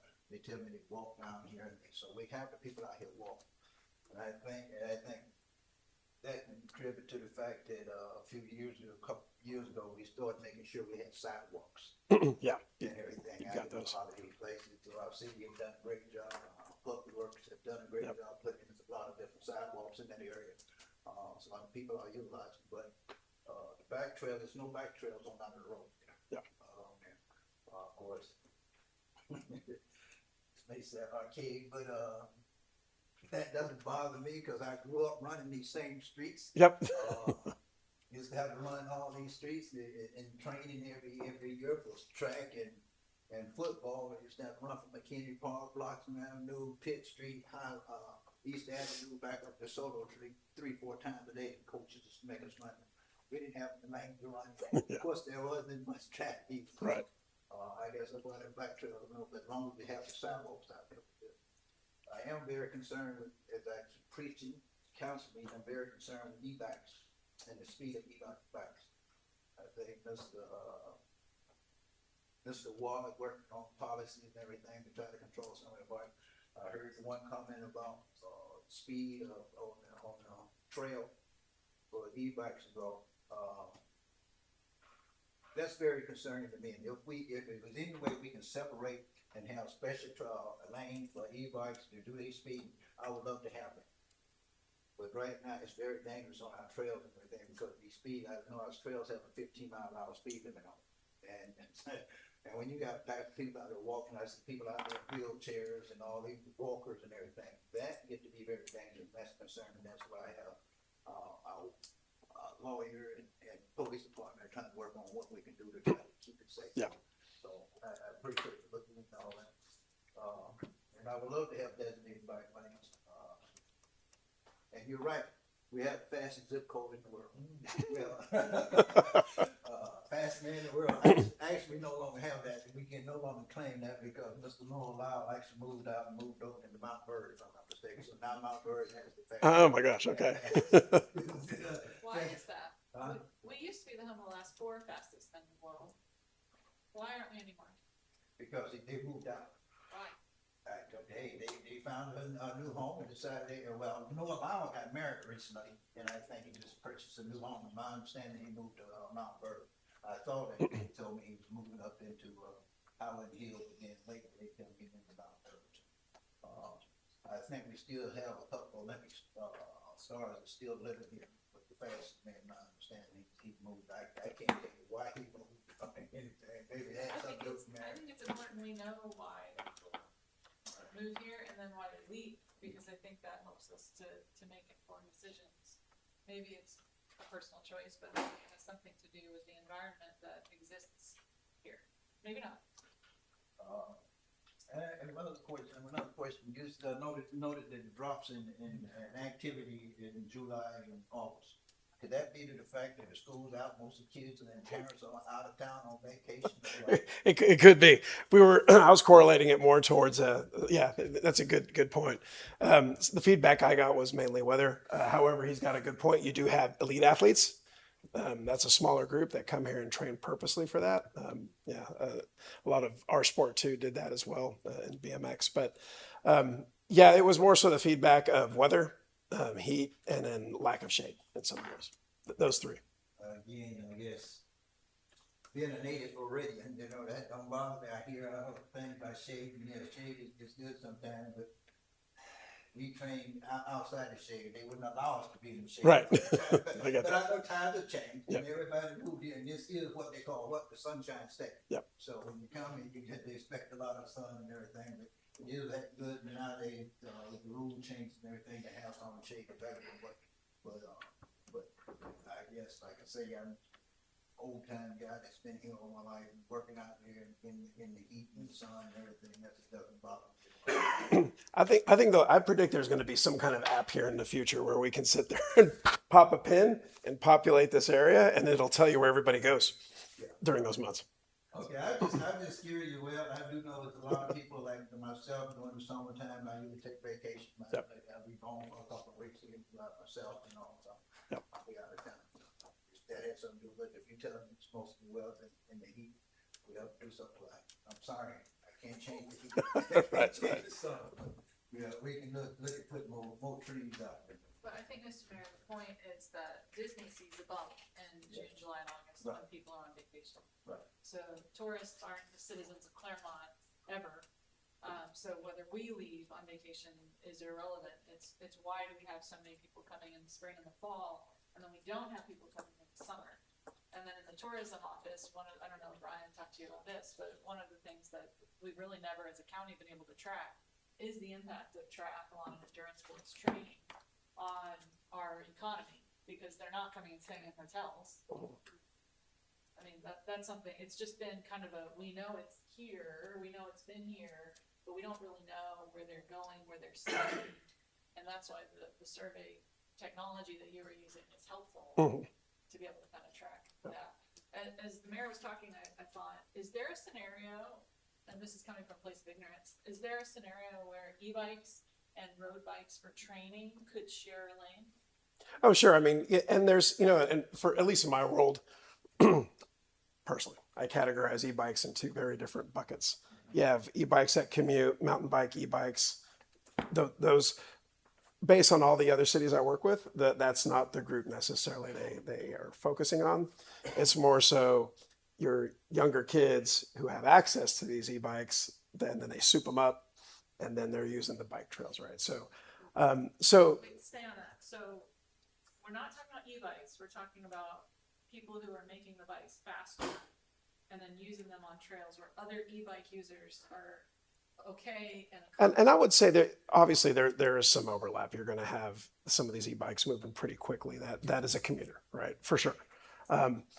The complaints, in fact, I got one after our Parks and Rec forum here, that I typically hear are the younger kids unsupervised on e-bikes hanging out late at night, and they're in a pack and they're going down a trail, right? So you have both. But back to your question, yes, I think if you have kind of long distance trail that's more specialized for high speed training, that lives in a perfect world there. with the e-bike. Because I'm also hearing, and I don't know if you all are hearing the same, but I'm hearing a lot of elderly people who are finding freedom with e-bikes, that they're able to move Correct. out Yep. without having to feel like, maybe they feel like they're not comfortable driving the car, but the e-bike or the golf cart seems to be kind of the two.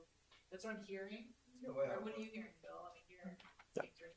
I mean, there was a whole, it's funny that you brought this up. There was a whole big survey done about what's the biggest population that are buying Teslas now? And it's the over 80 people, because of their ability not to have to drive at night. Because if it's full self-drive, it's a phenomenal thing. But I don't think 80-year-olds or 70 are driving e-bikes. Yeah, I would say they're driving like golf carts. And, you know, one of the things that we really need to address is we have to develop the infrastructure for golf carts. Like whether it's, you know, we have bike trails, we have, you know, the different track, you know, we have, whatever, you have to have an infrastructure for golf carts to utilize them efficiently. I know we passed the ordinance about allowing them in town, but we need to have, how do they get into the town?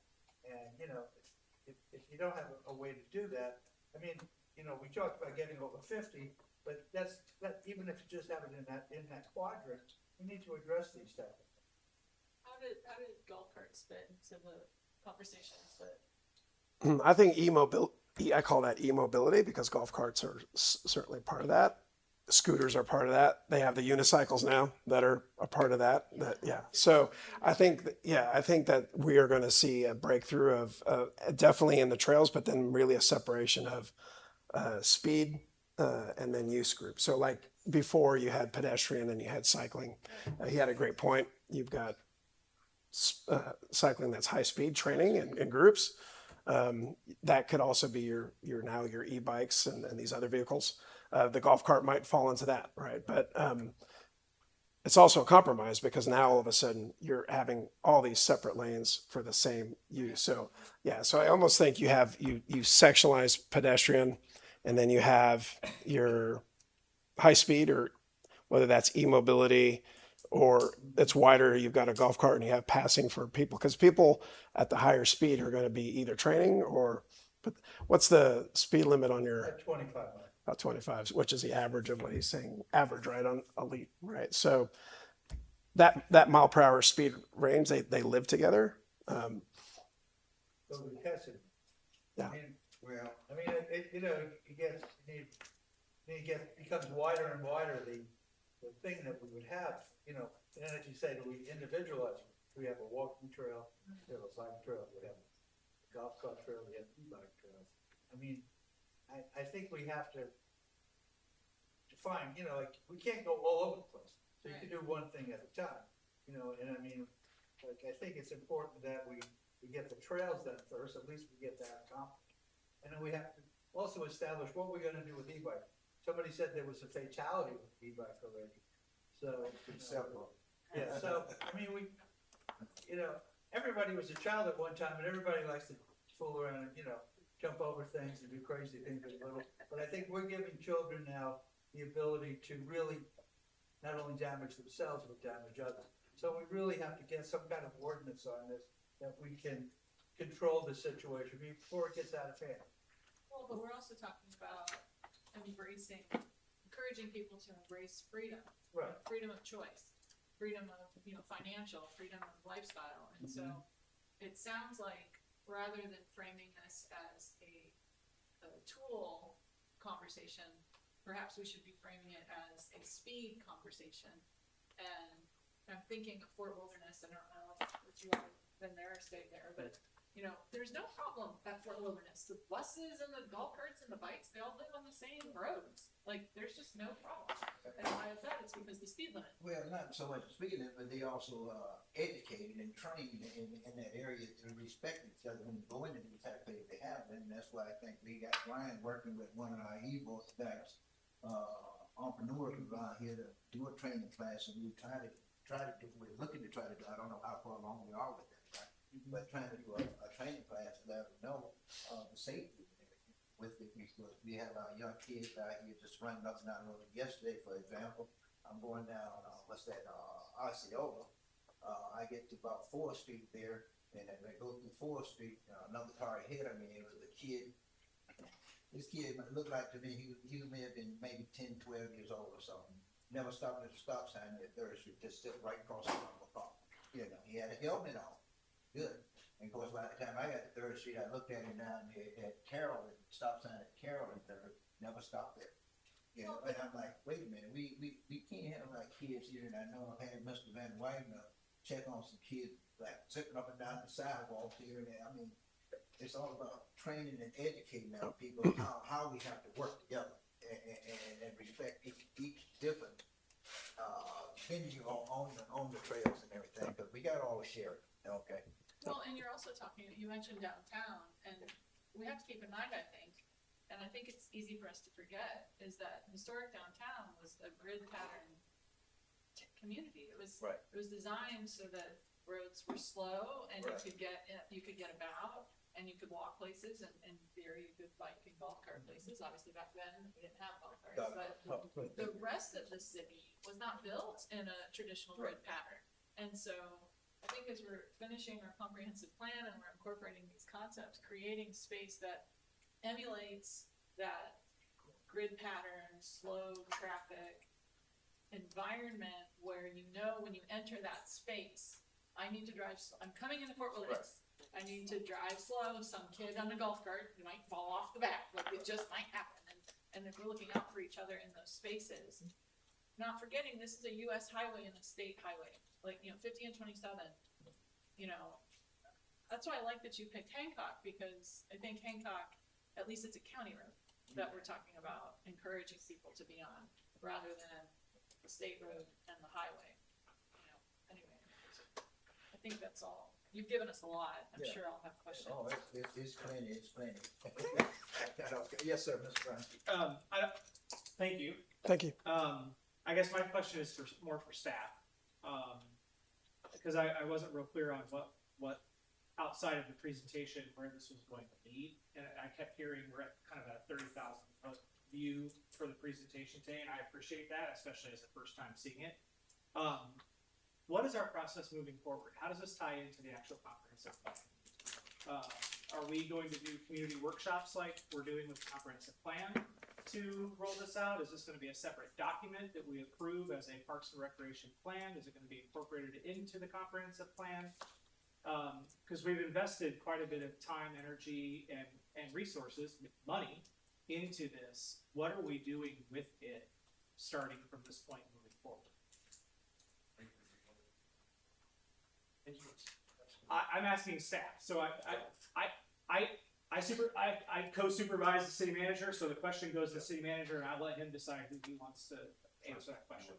Well, I don't know the full answer. I can tell you that a lot of comprehensive plans do have a Parks and Recreation element to it, but we haven't discussed entirely, unless correct me if I'm wrong, it's entirely whether it's going to be its own within that element, or if it's going to be its own Parks and Rec master plan. Yeah, because no, there hasn't been a robust discussion about it. The idea is that this was, since I've been here, this was intended to help inform the comprehensive plans process. So they were encouraged to talk with one another so that we're all on the same page. As far as the specific efforts or specific elements of this report, I'm not aware of. Right, well, I can say this, when it comes to the ball field and the parks, a lot of the parks, before you was on staff and prior administration, we recognize the problem with our fields and everything. So basically, if you look at the budgets and everything, we've been setting our budgets to implement some of the same things we talk about with our park, our track and everything, trying to see some of the folks right now. A lot of it, we're not there. And he gave us a lot of information that, yeah, I think during our budget process, we can take and look at pieces and parts of this and implement some of it more than upgrading the ball fields. And everything, because that's one of my main concerns is the ball field, but we do not have enough ball field playing. And I appreciate that. Thank you, Mr. Mayor. Going back to my question though, with regard to process and moving forward and tying together the comprehensive We plan. talked about, we brought Shane on providing all this information and data to DPZ because he's a specialist and they're not in these areas. Right. And then they would take all that information and begin to compile that in their presentation. So correct me if I'm wrong, I'm hearing that it'll be, something will be incorporated from this into the comprehensive plan, so that it is a comprehensive plan. That was my understanding Okay. when we brought him on, their understanding. Okay. Also. And then, I'm sorry. Can I Yeah, please. And I think we still need to have a little bit more conversation about that, because this level of detail is way more detail than a typical comprehensive plan. So it will probably be generalized in the comprehensive plan, but then comprehensive plan will refer to a Parks and Rec master plan. Well, I guess I would want my colleagues to weigh in on this, but I feel like if we're gonna call it a master plan, that should be something that gets approved by the council as a master plan. Or it's a report that's a referenced report. And we've taken no action to approve, to say we will, or we endorse, or we support, whatever you want to call it. And it's a reference document for the comprehensive plan. Whichever direction. I just want to make sure we're clear on what we're going to do with that, because what I don't want to see happen, and I think the gentleman from the Trek business mentioned, the city was sitting here 11 years ago having conversations about this, and I didn't know that report existed, and I don't know that I can probably find it relatively easily on our website to even reference as a reference point to start this conversation. And so the last thing I want to see happen is we have this fantastic work that's done, and then it just kind of goes over here, and it's not really addressed or looked at. And that's why I want to make sure if we're doing this, we're intentional with then how we incorporate it into what we approve as a plan, whether it's separate or together, and how that gets incorporated into a capital improvements program, a project management plan program, a Parks and Rec department plan, and those we have that accountability to track that through. Is really kind of a guide there in what I'm thinking about. The other thing I wanted to just confirm, if I can, is that it sounds like the report's still being polished and the presentation's still being polished, but that report and presentation will be turned over to city administration, that council will get those, and to, I think some of the speakers' points, that will be available for public on the website as well. And I just want to confirm that will be the case as we've done with the other pieces. We will get your report as soon as we can. PowerPoint's already been sent to all of you. Oh, okay. Email. Okay. So it's a rather large, Sure. 14 slides. 145. Sorry. Well, but I think being able to reference back and go back and, how do you eat an elephant one bite at a time? Right. And so if you're able to look at 5 slides and then go back and look at 5 more, it just allows you to kind of absorb and incorporate it as we go through, rather than here it is, approved on Wednesday, approve it on Tuesday. And we will put it both on the internet as well. Okay, on the website. perfect. Thank you. Let me just say, I just noticed one other thing that you mentioned that I think we're already working on is the youth council and everything. Awesome. I think last report I got, we're supposed to be trying to bring that on in July. It starts in September. September in July, but it starts in September. So, I mean, Yeah, there you go. I think we finally to the point where we're about ready to do that. They've been working on that. I appreciate Matt doing that.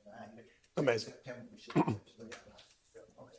Mr. Mayor, if I could add one thing, Yes. to Mr. Baines' point, so that this doesn't become something of the past, like the last 11 years, I would suggest to the council that we consider taking Mr. Shane's company and put them in a continuous consulting role with us in some capacity to help us just continue to have these conversations and invite his input.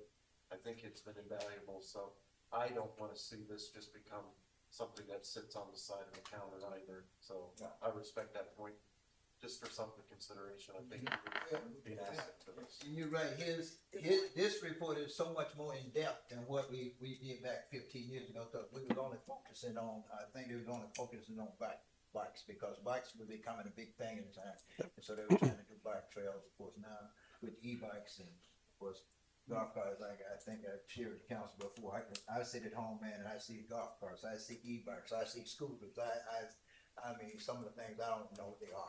They just pass the house so fast, right there where I live. I mean, I see them all at golf carts and everything. So, Mr. Candace, how much work would it take at this point to make, let's just presume we adopted everything. And I don't know that we would, but let's presume we did. How much would it take to make this a master plan? So full trail connectivity, focusing on. Yeah, how far are we from having a master plan for all the different elements that you give us? I think, well, kind of going back to Rick's point, there's two things we need. So we have hyper focus on the priorities, right? Hancock, South Lake Trail. You have a comprehensive plan that's going parallel with us, and they're identifying new uses and perhaps rezoning and infill projects. We can develop this, but then we would also have to do a phase 2, which I'd call, because we would have to implement all the neighborhoods that then link the arteries to the new uses that are being identified. Okay, so a trail system master plan is a little farther off. It's another. It's another phase. But there are other elements that you've suggested in your 7 phases, starting young professionals group, the additional ball fields. There were things you said to go from B and C to A's. Like, those are things we can do without, it seemed like those are Correct. things that we could do tomorrow. Correct. If we wanted to. Correct. And so how about that kind of part, the NRPA assessment, that piece of it? How far is that from having a master plan connected to? So NRPA, I think there's two things. If we did it independent of NRPA, because we've been trying to make this a case study on a national level for them to say, hey, look at the way this city did this. I think that's another year, because we have to get more surveys. And Brian, I want to get your opinion too. We need to get more feedback based on our timing. We got some feedback, but I really want to get to 1,000. So that's one. And then implementing NRPA in part of that process. So I think that's probably a year plus or minus with everything.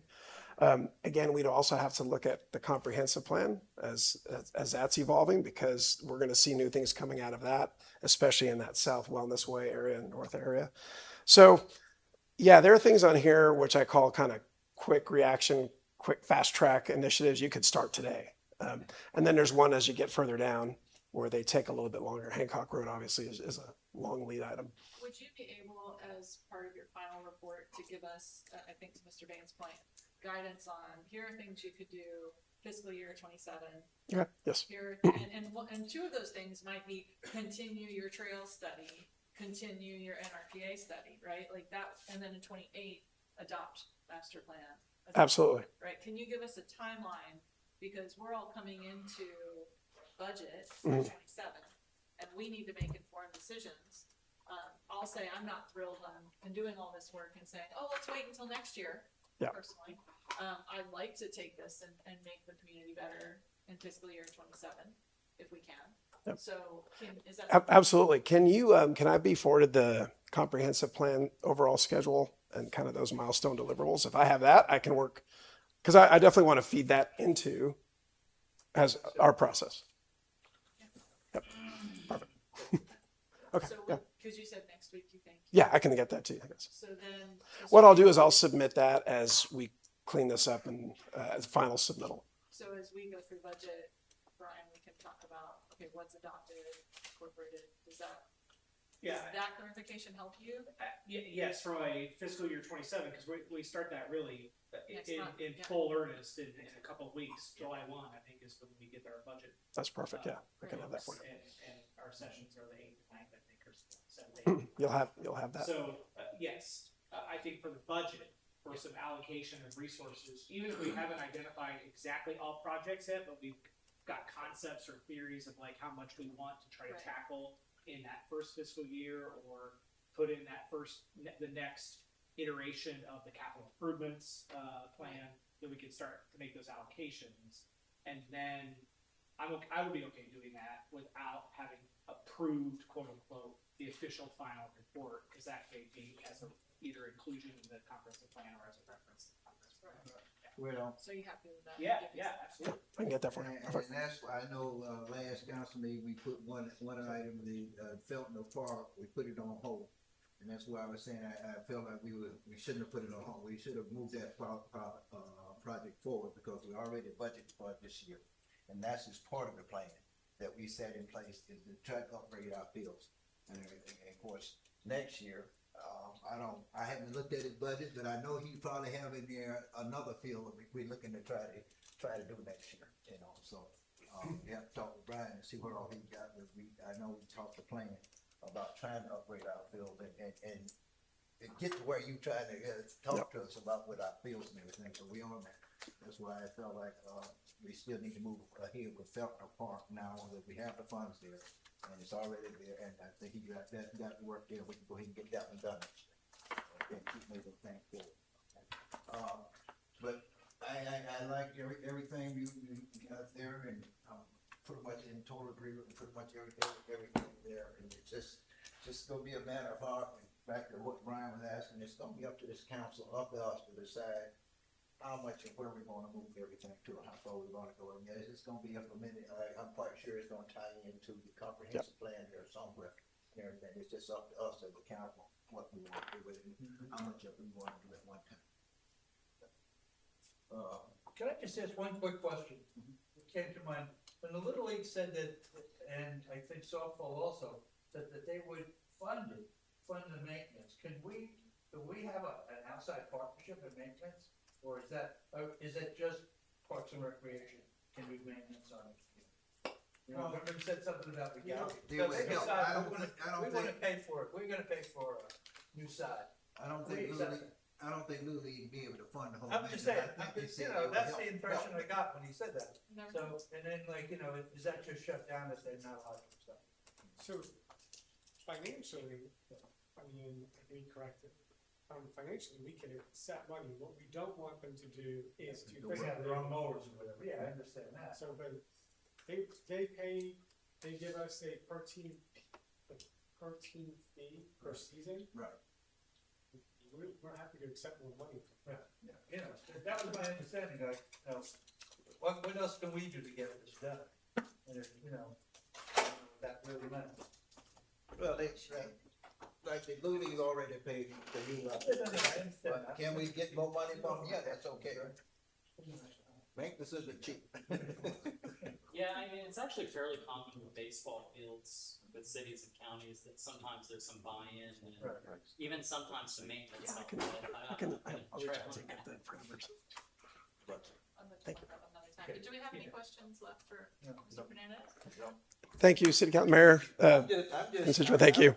I don't wanna hold the whole comment, I'm just sorry if you didn't mention softball, being out there at Oklahoma and Nebraska. Oh, I tell you. Big time spring game, you didn't tire. Yeah. Omaha. I mean, you brought it up, but softball and Legends Way together were the highest. On that. Thank you all. No, but I know he's from Oklahoma and. Go ahead, 10-minute break, I think you brought it up. okay. 5:25. I was gonna say 5 minutes break now. Hey, we'll resume at 5:25. Yeah, I mean,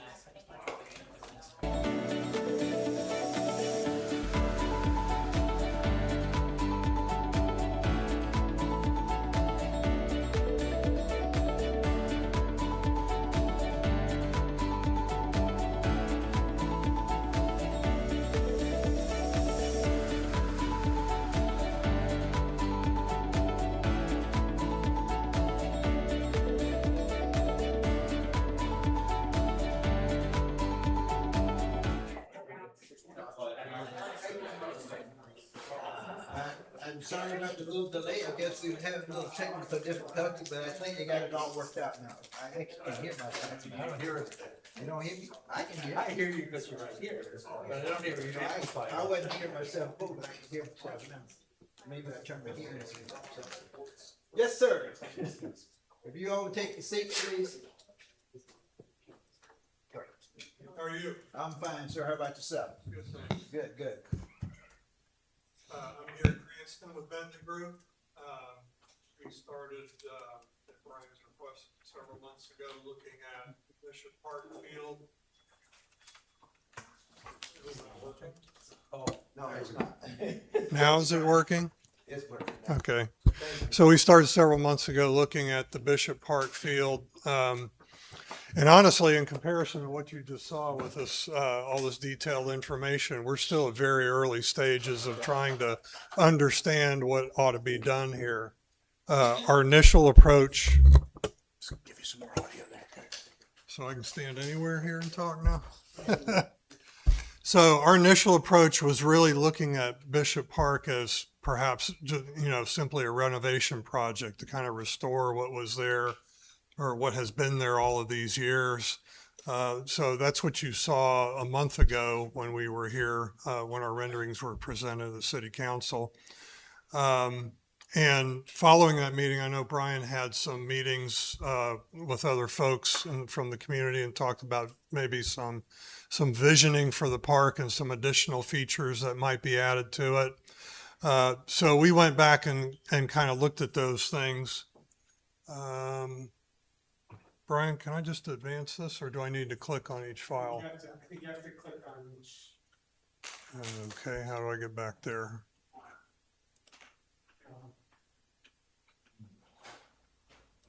You have to show me how to get there.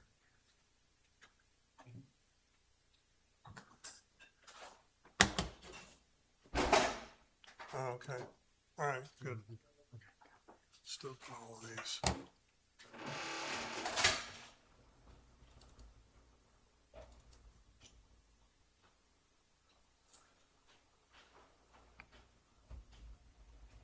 So some of the input that was received last time, let me go back to this. I apologize, I don't know how to operate your system here. Some of the feedback that was received last time was enlarging the dugout space, moving the restrooms adjacent to the seating. We had, in our original rendering, we had anticipated restrooms and a small concession stand being located directly under the seating. So we've removed that for this iteration. Oh, I see. I just got to go to the tab at the top. I got you. I'm used to using Bluebeam rather than Adobe. I'm sorry.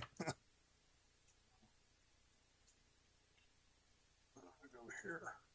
So, and then another one of the comments was that they wanted to try to keep the look of the existing structure similar to what it is now. Well, right now it's painted block. So, we wanted to try to do a little bit better than that. And so what we were thinking is, architectural block here, integrally colored, still kind of the same form factor, if that's the desire of the city to keep that look. And then just try to dress that up some. So other comments included maybe including a playground. So we have a space here for a playground. And then also space for food trucks, which we thought food trucks could happen either along on the street parking, or we're showing them in here in the existing parking lot that's to the north of the field. So those were things we looked at. Brian, I know the AI generated image you provided us with, there was a lot of other bells and whistles here too that, you can have, there's got to be advertising or sponsorship opportunities that could be used along the perimeter of the field. That rendering also showed maybe something similar to the existing city gateway features that you see throughout the city in the outfield. We could do all of those things, but really what we focused on is trying to see if we could renovate the facility and get everything to fit where it needs to be. Because, for example, the existing bleachers are actually over the property line. They're outside the property line. So we wanted to try to reshape the grandstands a little bit so that those would be within the property line, you know, like it should be. And then develop features from there. So we just finished these renderings I'm showing you just in the last, you know, yesterday, basically. We still owe you a construction budget, and what I would suggest doing, especially in light of what I saw this presentation, you know, there's some good opportunities here, I think, for visioning what the next step is with this field, with this facility and where it goes. So what I intend to do with our estimator is give you a budget that's going to have kind of an a la carte list of things. So in other words, here's the basic cost to renovate the grandstands, you know, build it so it's structurally sound. Get the larger dugouts in, do the new restroom facilities, do the new restroom facilities, and then do like an a la carte menu of costs, like a scoreboard. The rendering we saw, the AI generated rendering showed a scoreboard feature. And then some of the, you know, maybe solid barriers that could have the sponsorship opportunities added to them as well. So there'd be kind of an escalating or a menu of costs that you could select from.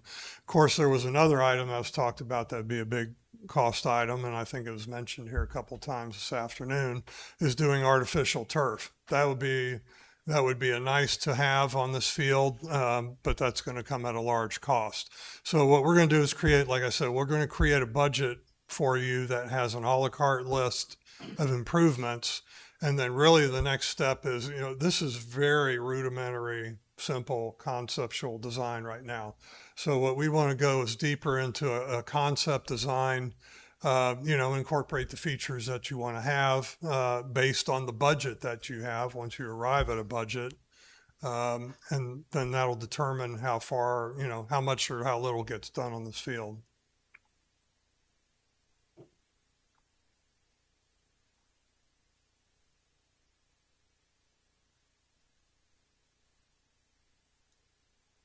Are you suggesting tearing down the building still? Yes.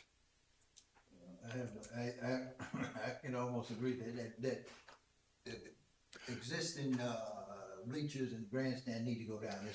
It's the same as one that was there when I was 4 years old. Yeah, when I first went to look at this facility and the fact that the upper section of the bleachers are closed off due to safety concerns, that kind of told me all I need to know. And Yeah, because the wood has not been maintained, but it's well, not that the concrete isn't any good.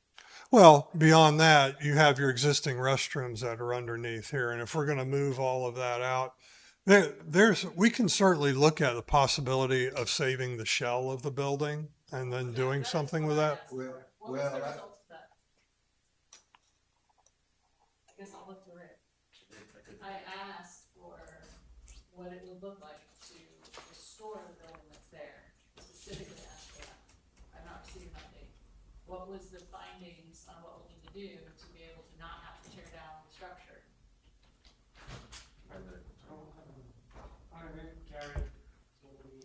I specifically asked us to ask our building inspector what we could do to not trigger ADA and not have to tear down the structure. Well, Construction doesn't mean accessibility is going to be triggered. Mr. Strange, with the fact that because of the historical village, of a historic factor for me, is to try to maintain the historical. Sure. But I also understand that because of the bleachers, and I know those grandstands now, they all open underneath.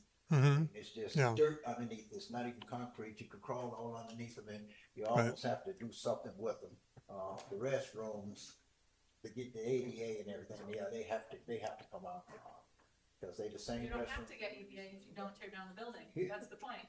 Yeah, that's. So, Well, it's a vintage building, that's what makes it amazing. It's an 80-year-old baseball. Well, field. remember, once, now if we don't do any renovation, you're right, we don't have to worry about ADA. But once we start renovating and doing that, which I guess I mean Mr. Water tell me how it fit into that, ADA scheme, because I know the law basically states, as long as you're not renovating the building, you don't have to comply with ADA.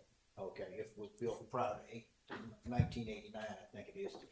But after that, yeah, you have to apply, ADA, so we need Mr. Water interpret that law for us. If you were to leave the building as it is and just say, we're gonna replace the bleachers as a maintenance item, Right. I think if you, even then, you still would want to add some accessible seating there, because as long as you're going to touch it, you need to try to do what you can to improve it. But the dollar value required to do that, or the extent of the improvements, may not be as extensive. So if you want to keep the shell, and you know, that's something we could certainly look at. That's really kind of what you're seeing here, is just a new version of the same shell. Yeah, it's just a couple $1 million. I mean, that's the problem is when I talked to the baseball players, what they told me they wanted was, and in talking to Public Works, it was an opportunity to make this the entrance to downtown. It's part of East Avenue. It's an opportunity for us to say, welcome to Clermont, and to do an historic baseball concept on the outside. You know, you walk through the turnstiles when you're coming in, and it's got this vintage vibe to it, and you could do the history of baseball. And you know, the way that they described it to me is because of the way the outfield fence goes, instead of having chain link, I mean, this is showing chain link fence with, there's no shade on the outside, there's no grandeur to this. This is pavers on the corner. You know, they were talking about, let's make it so you got this beautiful kind of brick and iron looking fence on the outside and you're coming in. But the one thing that was loud and clear is we have to turf this field. This field is unplayable. I hope the baseball people will tell me I'm wrong. Maybe I'm wrong. Nope, I got you. Okay. The turf is unplayable, and there's no point in having grandstands for a field that you can't play on. So we have to take care of the playing surface first and foremost, but beyond anything. And it's evident that this facility has been in disrepair. It's evident that the wood bleachers have not been maintained. Because this isn't an issue of the buildings falling down. This is an issue of we have wood bleachers and we haven't maintained them for 40 years. Well, you're right. They've never been maintained, and that's you know, we've been talking about doing something with it since even before I was mayor, we was talking about doing something with it. You know, because it hasn't been maintained and we haven't been putting any money in. But it used to be maintained very well 2 years ago. When I first came back, I was surprised when I first came back in 1998, how good the condition of the field was. But I guess that's still because it hadn't been that long before the high schools had stopped using it for high school baseball. At that time, it had just been a few years. So I thought we were going to see a new entrance to downtown. We're talking about making East Avenue more walkable. And I mean, this to me is. He say it's preliminary. And I thought it was kind of quick to be coming back, because I think we just had this about 3 weeks about a month or so ago, and he coming back, and I thought it was a little quick for you to be coming back and everything. But I would like to hear what the gentleman has to say and what they have to add and what their visions are. Sure. Unless you after you finish. No, I'm. Sorry. I want to hear the input. I mean, you know, because I think that's what needs to happen here. There needs to be a vision. What are we going to do with this field? How do we want it to be presented to the city? How's the city going to use it? And I think that's what really needs to be developed. And then we can do anything. It's easy for me to change to a picket fence on a rendering, and you get a whole different look. It's a whole different budget number too. So we just got to decide what the vision is and how far we want to go with that. Well, and on that note, have we heard from that Orlando Pro team or that Major League Baseball grant? Do we know what they need? No, we didn't. I'm not, you in the league, right? Come on. Come on up. You in the league. I know y'all used to play on Sunday morning, mostly on Sunday morning. I'll tell you what, I feel a lot better that I saw this. The other presentation earlier, how you doing? I'm David. Good. Kind of like, maybe did we forget about Bishop Field a little bit? Again, I'm David Santiago. I own Double Play here in Clermont. We train anywhere from 8-year-olds all the way to 18-year-olds in baseball. We have people watching. in baseball. And we have softball coaches as well at our facility right here on 50.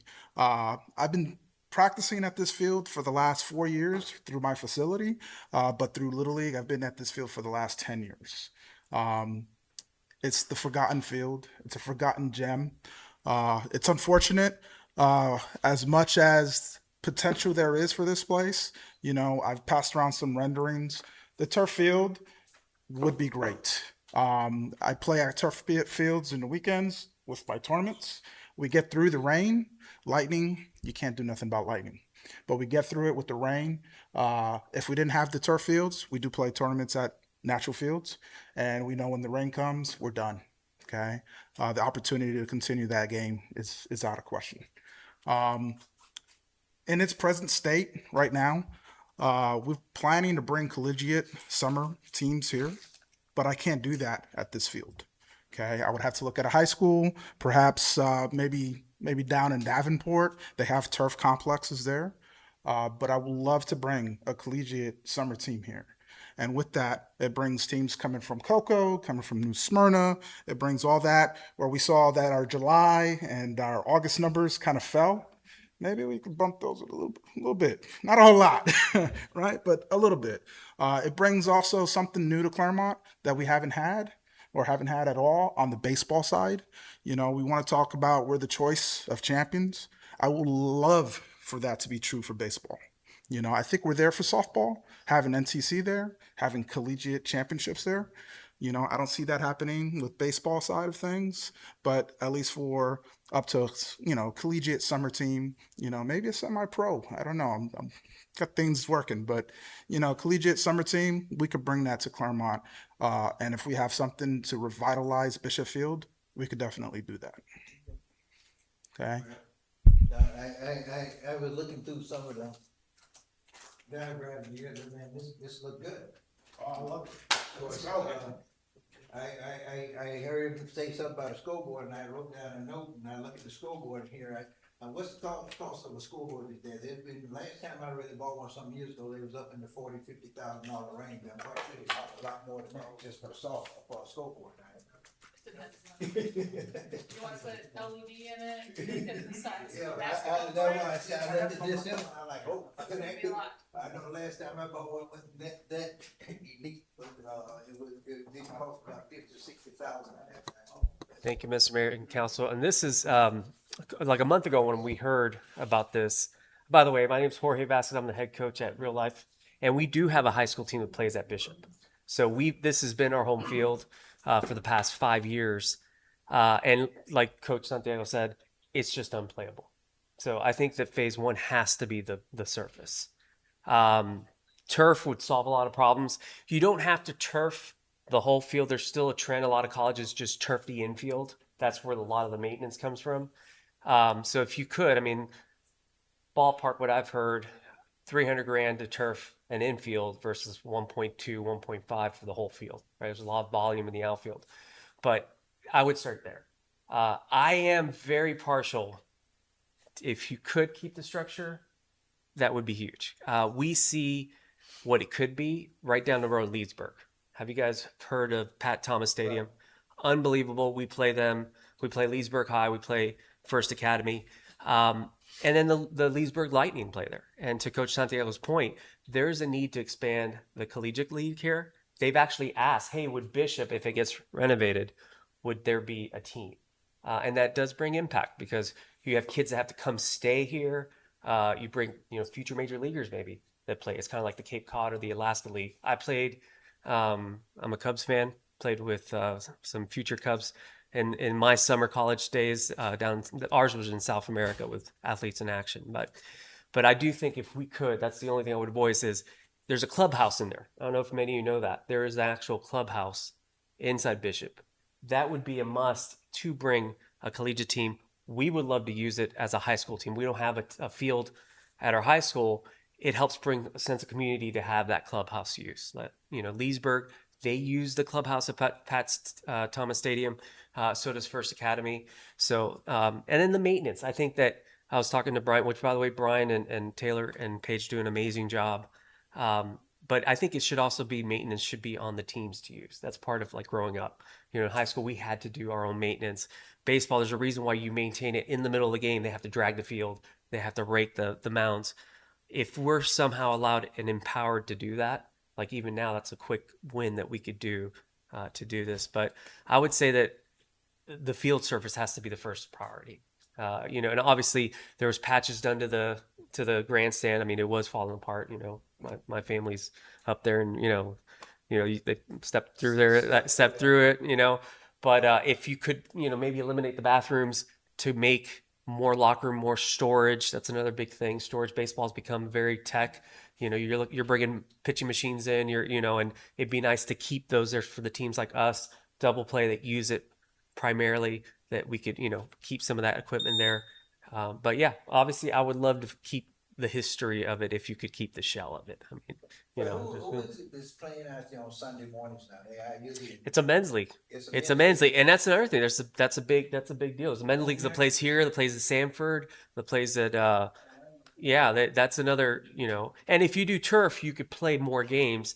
And to Coach Santiago's point, Central Florida is the mecca of travel baseball, collegiate baseball in the spring. Because I played up north in a small school in Kentucky, we would come down to Cape Coral to play to start the season.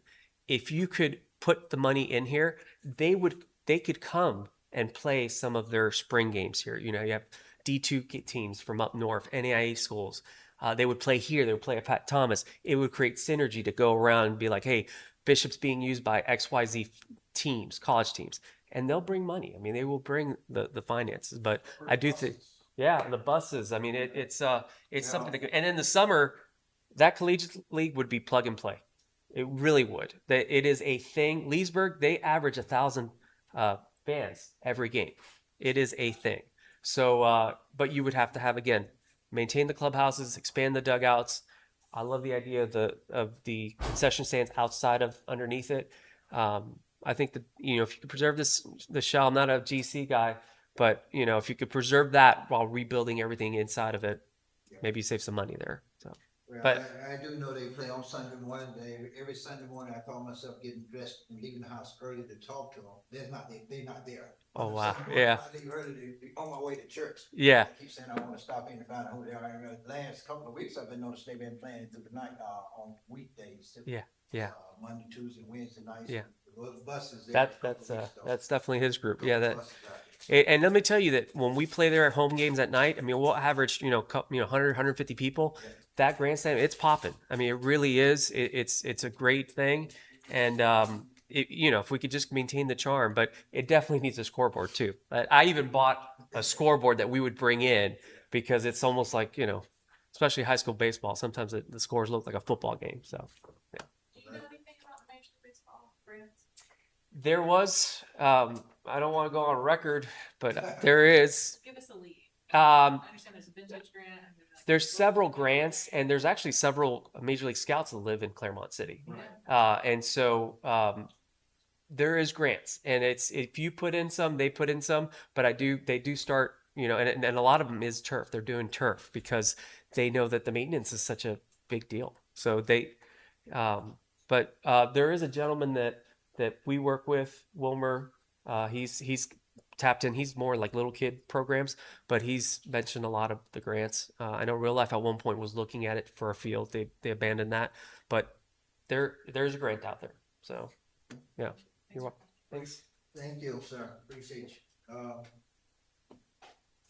I guess what I don't know what y'all thought is get back, Betty. I mean, I don't know if you saw any of these and everything. I did. Those were the ones I was referring to, yeah. Incorporate some of y'all. Anybody? I'm sorry. Hold on. Anyone else from the public want to come in on this? Before I bring you back to council, thank you. Is there any way to go back one slide? Or to the You want the field or the plan? the plan? The first one. Yeah, that would be great. Okay, so I already spoke on behalf of the trail system and the cycling and all that stuff, but this whole plan actually means a whole lot to me because my house, if I may, That's my driveway. So I'm actually here on behalf of the 10 houses that are all in back of Bishop Field. And we all 100% support the field. We love having it there. We support the renovation of the field. One thing that's concerning about this specific plan, and that all of us on 2nd Street right there are concerned about, is increasing the traffic, increasing the cut-throughs, and decreasing our property values. So those are 3 things that we definitely are cautious about. Specifically with this, my wife and I do not want a turn-in directly across the street from our house. If we could renovate this field, renovate the existing footprint, I know there has been some talk about maybe adjusting the footprint of the field a little bit to accommodate collegiate play, things like that, moving home-based, whatever. That's all great. It's definitely way overdue as far as renovations go. I don't think there were any repairs really made to it after the last hurricane. So renovating it, rejuvenating it, bringing in additional play, all sounds wonderful. We, as residents right there, just want to be cautious of whatever footprint actually means for our quality of life right there. Well, I can hear you, and that one of my concern when they first came to council, especially when they talked about parking back there, is the concern of the residents back there. Of course, then my concern with cars getting hit, baseball hitting car windows if they park back there. So what are we gonna put there, netting and everything, we can protect that. And I can tell you that There used to be some netting along this side here to protect people. I can tell you that every week or so I pull home run balls out of my front yard. My dogs love them. They chew them up. I can't give them back, but Well, so I'm not sure, the netting along the outfield fence on that area is, along 2nd Street, are they gone? They've been torn down? there's no netting there. No, it's just the chain link fence. Well, we used to have netting over there to try to protect cars and everything back there, so. But I hear your concern, and that was my concern, especially with the parking back there, balls coming back there, lighting. One other thing that I addressed, especially hopefully the lighting don't disturb you all back in.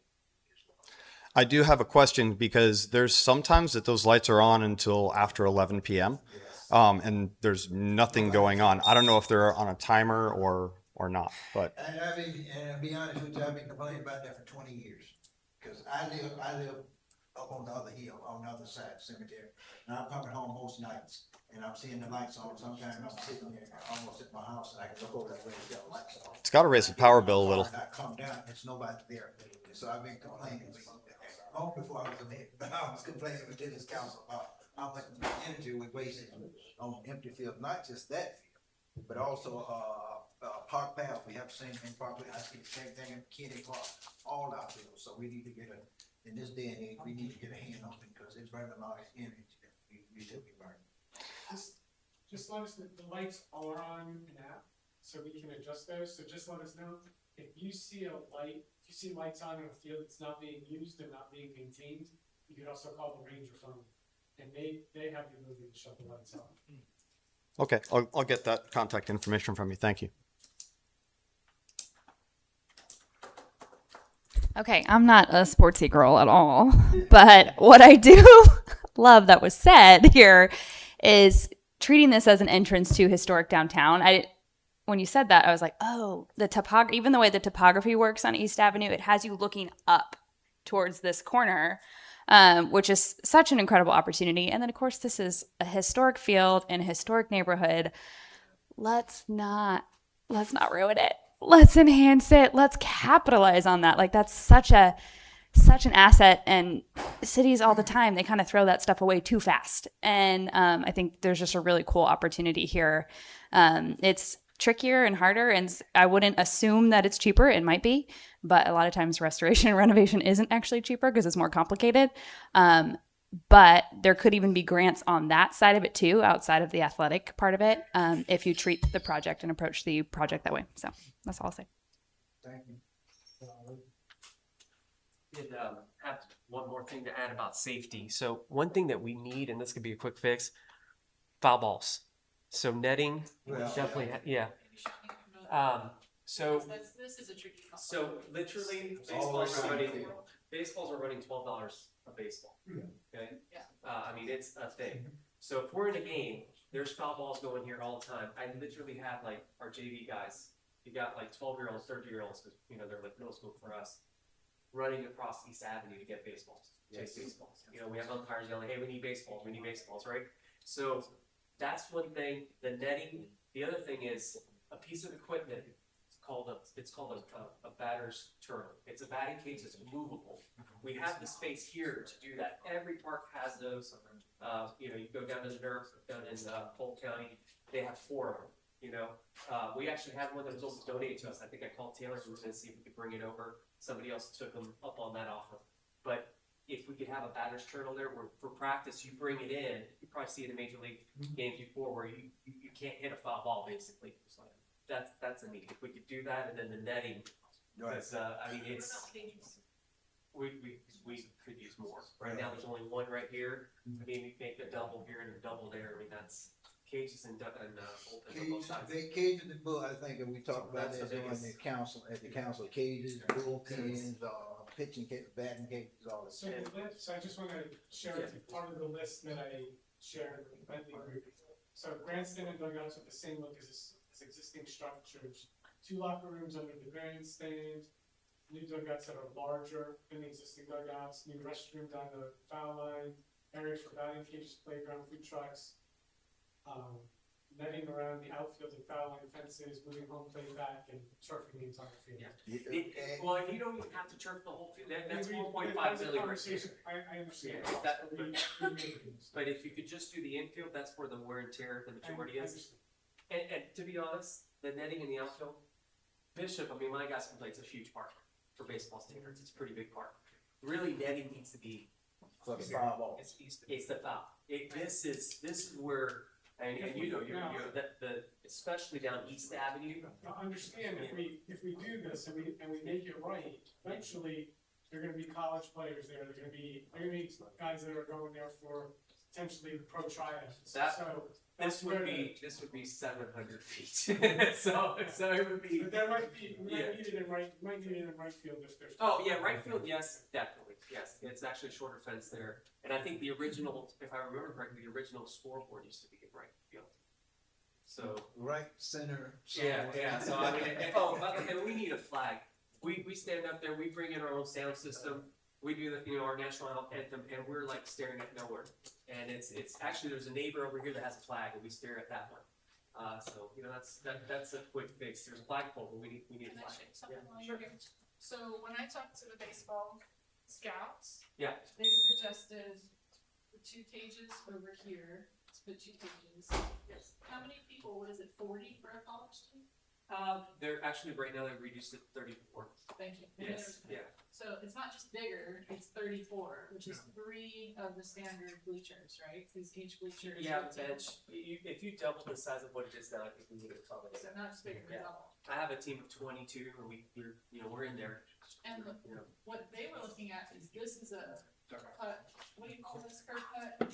To put the food trucks in here with the playground. And then a gazebo with restrooms out here. This is what they said to me, I don't know if this is the gazebo with restrooms out here, so the idea is the families could be here. Wow. So these guys are scouts to understand, so they're saying they're gonna recruit local kids and try them out. So if this is a smart field, so you put a Yakutech smart field system. Yeah. So all the scouts would be in here during that event. That's another. There's a. And then the families are kind of, they don't get to be where the scouts are. That is something. So the hit track system is something they're standardizing. You guys have probably seen Major League Baseball. They're calling ABS, automatic balls and strikes. They're $20,000.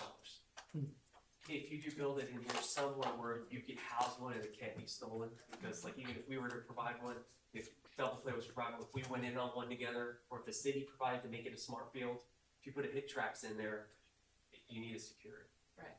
So it's a way to secure it in the grandstand somehow. What do you think about that idea of the cages on the one side and like a family area on the right side? I mean, I still think it needs. No. Yeah. No, in competition, I think you're gonna need them on both Yeah. sides. Well, that's what I said. If we can have them on both sides, it'd be better. You definitely need two bullpens Yeah. on both sides. 'Cause Yeah. look at Yes, the they game said that. And that's why we showed the You gotta playground have two out of bullpens. that area because we knew they But now need the both. families can't get in, and now you're crossing a parking lot to get to the food trucks. Well, there's still huge here. You can put the bullpens here, and there's still a crossway up here. You can still have this is really wide. That's Yeah. really wide. It's really wide. There's So- bullpen, right now, there's two bullpens there. Yeah. On the right side, And you still have room. which you cannot use, that's another issue. Because of maintenance? Yes. Because of maintenance, the way it's made, it was done wrong. What I was gonna say is, if you guys are gonna invest in this. This is Coach Joe. He's a legend. How you doing? in the My name area. is Joseph Mercado, I'm one of the coaches at Double Play. Can you say that on in the microphone? for me? My name is Joseph Mercado. I'm one of the coaches at Double Play. I played minor league ball in Puerto Rico. I used to play in this field in the men's league. I've been coaching in South Lake Little League, Mineola, Groveland. My son right now, he's playing college ball. He's one of our coaches also. He was here earlier. He got bored. He said, "Dad, they're not talking about the fields. I gotta get out of You here." missed out. So yeah, the thing is that I've been traveling around to mostly new fields, and I see what they do, and they look real nice. But when it comes as a baseball player, there's always something that's missing. It was it's because I think that they don't ask an actual player. Like you were saying that you spoke to people. We had a tryout. We've been doing tryouts, MLB tryouts at our facility because we were trying to do them here, but the mound was horrible. And we had a major league player that he wanted to invest in fixing the mound himself. He was going to pay for it because we had several tryouts and we couldn't do it. And the college league that he was talking about, that's a big plus. You got teams from Tampa, St. Pete, Jupiter. Right now, the closest one now here in Central Florida is Leesburg. And the field there, the bleachers are concrete. The dugouts are as wide as where you're sitting at. Yeah. Those are the dugouts. That's not bad. No, you're literally, none of the kids sit in the dugout. You can't. Yeah. But they bring in fans and they do showcases. And right now, like you were saying, the bullpens, the part about the food trucks, I didn't understand that too much. But right now, you have the bullpens are not here. The bullpens are Right next to the dugout, right? well, the dugouts right now are Number 5, right? yeah, the bullpens are right here. There's no bullpens over here. So we'd still have room for Oh, like a yes, family area yes. What you- inside the park. And the idea of the food trucks was there's the curb cut so you could drive the truck in. That was why they were. Right. And you could fence this off because you're gonna have the bullpen, they warm up here so the ball doesn't get by, so the money goes back. And the cages that you have here, you wouldn't be able to do them this way. Yeah. They would have to be the way they are now. Yeah. You would have two. It's 2 on each side, The batting cages, Yeah. not really. just 1 on each side. And then how The many bullpens, yes, the reason you need a bullpen on each side, because this team, home Yeah. team here, they wanna warm up instead of coming all the way over here. Yeah. Yeah. The batting cages here, nobody hits during the game, that's before. So you could put the cages all on Yes. one side. Yes, the cage is over here, a bullpen over here, and the same thing somewhere, or, around here. So that's the question is, could you do all the cages on one side? Yes. Yeah. So you bullpen on both sides, but cages could be on one side. Yes. And you would need to leave room for that just beyond, and there's room there for the batter's turtle. So we could bring it in. Because I mean, right now we can't even do batting practice on the field, you're gonna lose baseball. Yeah. And we thought about, I remember when I was playing here, there was a gentleman living under. What? Yes. Like on purpose? Homeless. Yeah, he was living under there. And he would come out. They had a locker room. It's pretty No, smart. he would go into the actual bleachers. Underneath, as I said, underneath the bleachers, it's only Yes. just a little area, There's door plenty there, of you can space, go so- in and go underneath the bleachers, it's all open under there. That's And where the nobody maintenance know you keeps get their unless you're actually in the bleachers. That's where the, supposedly the equipment to chalk the lines and Yeah. the maintenance, but what he was saying is, I get it, turfing the whole thing would be nice, but it's not. Well, it's like I said, it is necessary because if you're gonna have these really good players on the field, nobody's gonna put their good player in the outfield on a field that's maintained at a recreational level. We're gonna have really good players on that field, then the whole field's gonna have to be. I mean, that would be great, but it's not like it's a main thing because there's several high schools right now. Lake Brandy High School, only the infield starts. The outfield, TNXL. Yeah, that's what they have. Yeah, but in this case though, I If you guys are understand gonna do that it, we don't have to do a lot of work on the outfield to get it, if it kept a real term, it's gonna be a lot of work having to be done out there, because I know it's a lot of holes and everything in the outfield as well. IMG Academy also had infield turf and outfield I grass. understand, but and our ground crew does a good job, but IMG Academy is not what we are. We might be saying what Disney does. And I'm not IMG Academy. I'm just referring to, you said that the better players. Sir, are playing can I nice. get you to come to the microphone? So So you don't come. is the council open to, because this is an interesting debate, we're on the same page and I'm Yeah. finding it to be an interesting Right. debate. Would the council ever be open to some sort of management agreement for this facility? Not dissimilar to the one that we have for the rowing facility, where there's a group of people, I mean, listen, baseball has experts, they have real facility experts, they have experts beyond any measure of expert you can imagine, they're the most statistically. Have somebody else focused. manage the whole thing. Yeah, if we had, like, if there was a group not dissimilar to the rowing facility, where we had a relationship where someone else managed the facility, is that something the council would, I'm not saying we're committing to Has it it, ever been but done before? Yes. we do it with the rowing club. Yeah, but I mean, not with baseball, with maintaining a team. Every major league organization in America is managed by a private facility. Major league baseball teams do it every day. I guess the question is if we did that, I'm not saying we should or shouldn't. Right, I'm there too, I'm not saying we should or shouldn't. If we did, and how do we let other groups use that facility? Right. Yeah, I think that becomes the question. It's It'd be what are the it'd be a uses? corporate public use, and essentially, like if I would do it, I'm just saying this is what I do. I rent out lanes in my facility, and then on top of that, we do tryouts, we do showcases, we do other things, and we go out to the public that want to use these things. You know, they want these services, and essentially, we are the keeper of those facilities. Does that Okay, does that go your way? Let me go ahead, unless somebody else in the public want to comment. If not, I'm gonna go ahead and close down public comment and come back to council. What you got? Council the whole time. Huh? It sure seemed that way. Well, I'm really confused because I thought this was gonna be a presentation on the future of Bishop Park, and this sounds like we're a working group, we're the committee that's putting together Bishop Park, and that is not what I think the city council needs to be involved in. We could ask every single person in this room what Bishop Field should be, and we're gonna get 30 different answers. I think we haven't even addressed, what is Bishop Field? Is Bishop Field a recreational place for kids to go play baseball? For the city of Clermont, or is it a professional combine place that is like sought after play? I don't think either one is bad, but we're like going down this road of like top of the line everything, and that's okay, but I don't think that's the history of Bishop Field. Can I address? The history of Bishop Field has been a place for the kids of Clermont to play ball.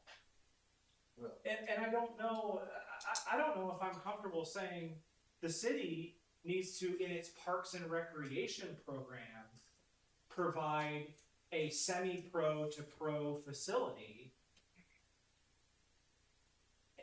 without having that conversation with the community. Like I don't know that the general community feels that way about Bishop Field.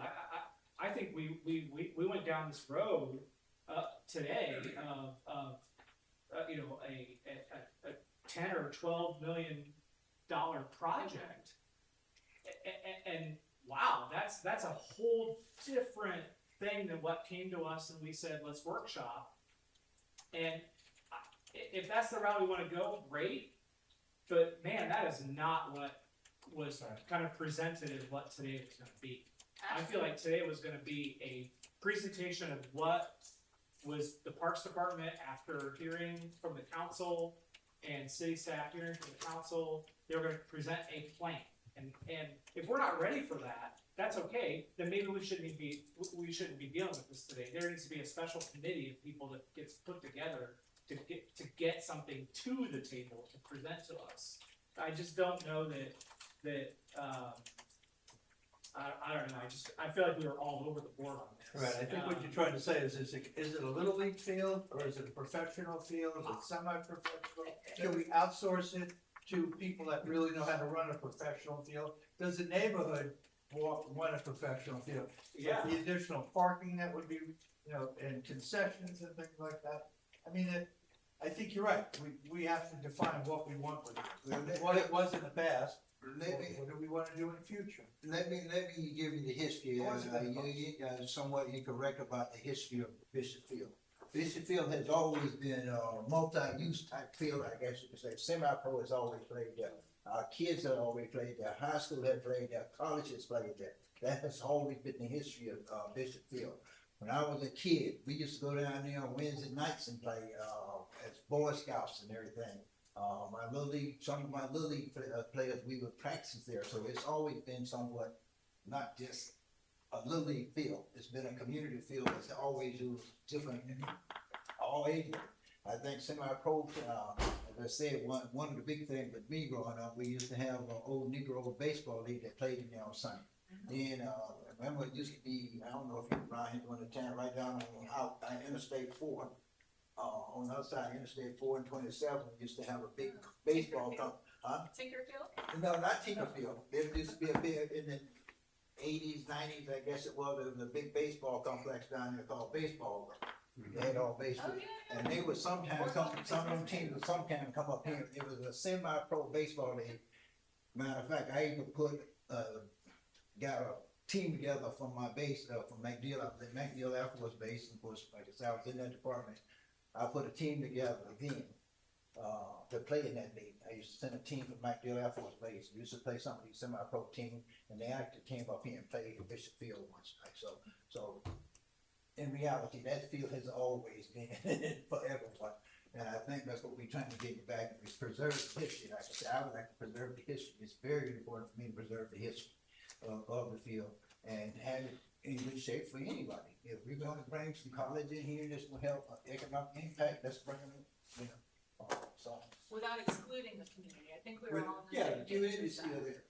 I mean, like I say right now, I know it's people out of the community. I don't know where everybody can come, but on Sunday mornings when I'm on my way to church, there's so many cars and people out there. And even through the weeknights, I've been seeing a few go down and playing and all that. I don't know where it all coming from, but it's being very well utilized right now. So. But Mr. Van, I think to your point, it'd be great if there was a designated committee to talk about what might this look like. Yeah. Because honestly, all you're really hearing here may sound overwhelming, but what these gentlemen are describing is simply a baseball field. Like they're literally just saying, these are the basic elements. The other stuff from the architectural firms, that's what's overwhelming. Well, yeah, but I think also too, I mean, if you talk about historic significance of Bishop Field, Wrigley, Soldier Field, Fenway, Lambeau, what do they all have in common? Grass. And none of them have turf. And turf, while easier to maintain or long-term viability, it does change the historical significance or structure of that. And I think there needs to be some examination of that and some weight of that. The historical character and value of it, the gateway for the city. I think that's paramount to this whole conversation. I'm seeing a parking lot up here that my first initial reaction is heck to the no, because unless it's grass, I don't want to see all that concrete up there. And I think I don't know. I just feel like this wasn't really. I'm not trying to place blame I'm not trying to be condescending. I'm really not. I'm just frustrated by the fact that I don't really feel like this was a workshop that was presenting, here's what we want to do. It was a work session, and we really, I feel like we just lacked direction on that conversation, and we were just starting to throw everything out. And I'm worried that now we're going to just be back at the same spot again of, hey, we're here, we're the city council, we're going to give direction to go back and work this, and I don't know why we really spent the last hour having this conversation here today. We're just not ready for the workshop. I'm okay with that if we're not. Well, I think one thing that's good from this, that, frustration, breakdown's an opportunity for a breakthrough, and until Brian had said, look, because he's right, like, with a typical Parks and Rec department budget, this field cannot be maintained, to your point, as a traditional baseball field. He knows, I hate turf. I am a grass person, grass and clay, that's me all the way. Yeah. But I can get there for the community's sake, right? Like, that's kind of where I'm at. But if this, I do think a way to, this is a unique facility. This is not your standard baseball field.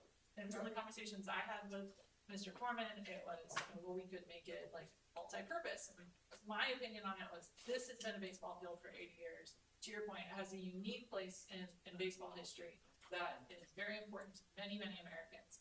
And I think the only way to not put Mr. Foreman in an impossible situation, but still accommodate the standard that you're describing, and I do think this is a visionary item, is would we be willing to entertain a reasonable proposal for management of that facility? Because I believe this gentleman, the gentleman who stood up at our last meeting, I think there are plenty of people in this community alone who could come in and say, I've got the resources, this is what it might cost, or these are the things we need from the city, but we can maintain this. And there are examples of that. And if we're open to that, then I think that it would be very significant and responsible for us to say, okay, let's put together a committee. I could see a group coming through, whether it's through Main Street, and I don't know if they extend this far into the CRA, I don't know how that works, but like, for example, or if it's a new nonprofit that's, the Friends of Bishop Field or something like that. I could see that as a result if there's the passion in the community to take that responsibility and the accountability, and we do have a history of doing that. If we say, no, we don't want that, we want it to be through Parks and Recreation, I will say to you, I would vote today, let's turf it and start there, because it's unplayable right now. And at least it would be playable. If we could turf it, fix the wood, and be done with it, I'd be happy. But if we want to really say, hey, this is the gateway of the city, we see this as a real opportunity, I do think further workshops would be beneficial. And so I would be with you on that completely. And there's a whole educational component of this that what's the story of it? As the mayor was talking about the Negro League playing here, Yeah. there's a story to be told about this field, this educational component that even someone who's not there for baseball, who visits Clermont and realizes this is a historically significant place that has plaques and information for someone to be able to absorb that and take that in, it is truly an opportunity that I feel like we absolutely have to take advantage of if we're going to do work there, to bring it up to something more than it is today. As I stated earlier, I was a little shocked to see it come back to us so soon, but I thought we gave more time than this, because that was one of my concerns in the council meeting. Would they be able to bring us some real positive looks within 30 days or so, and how much time they need?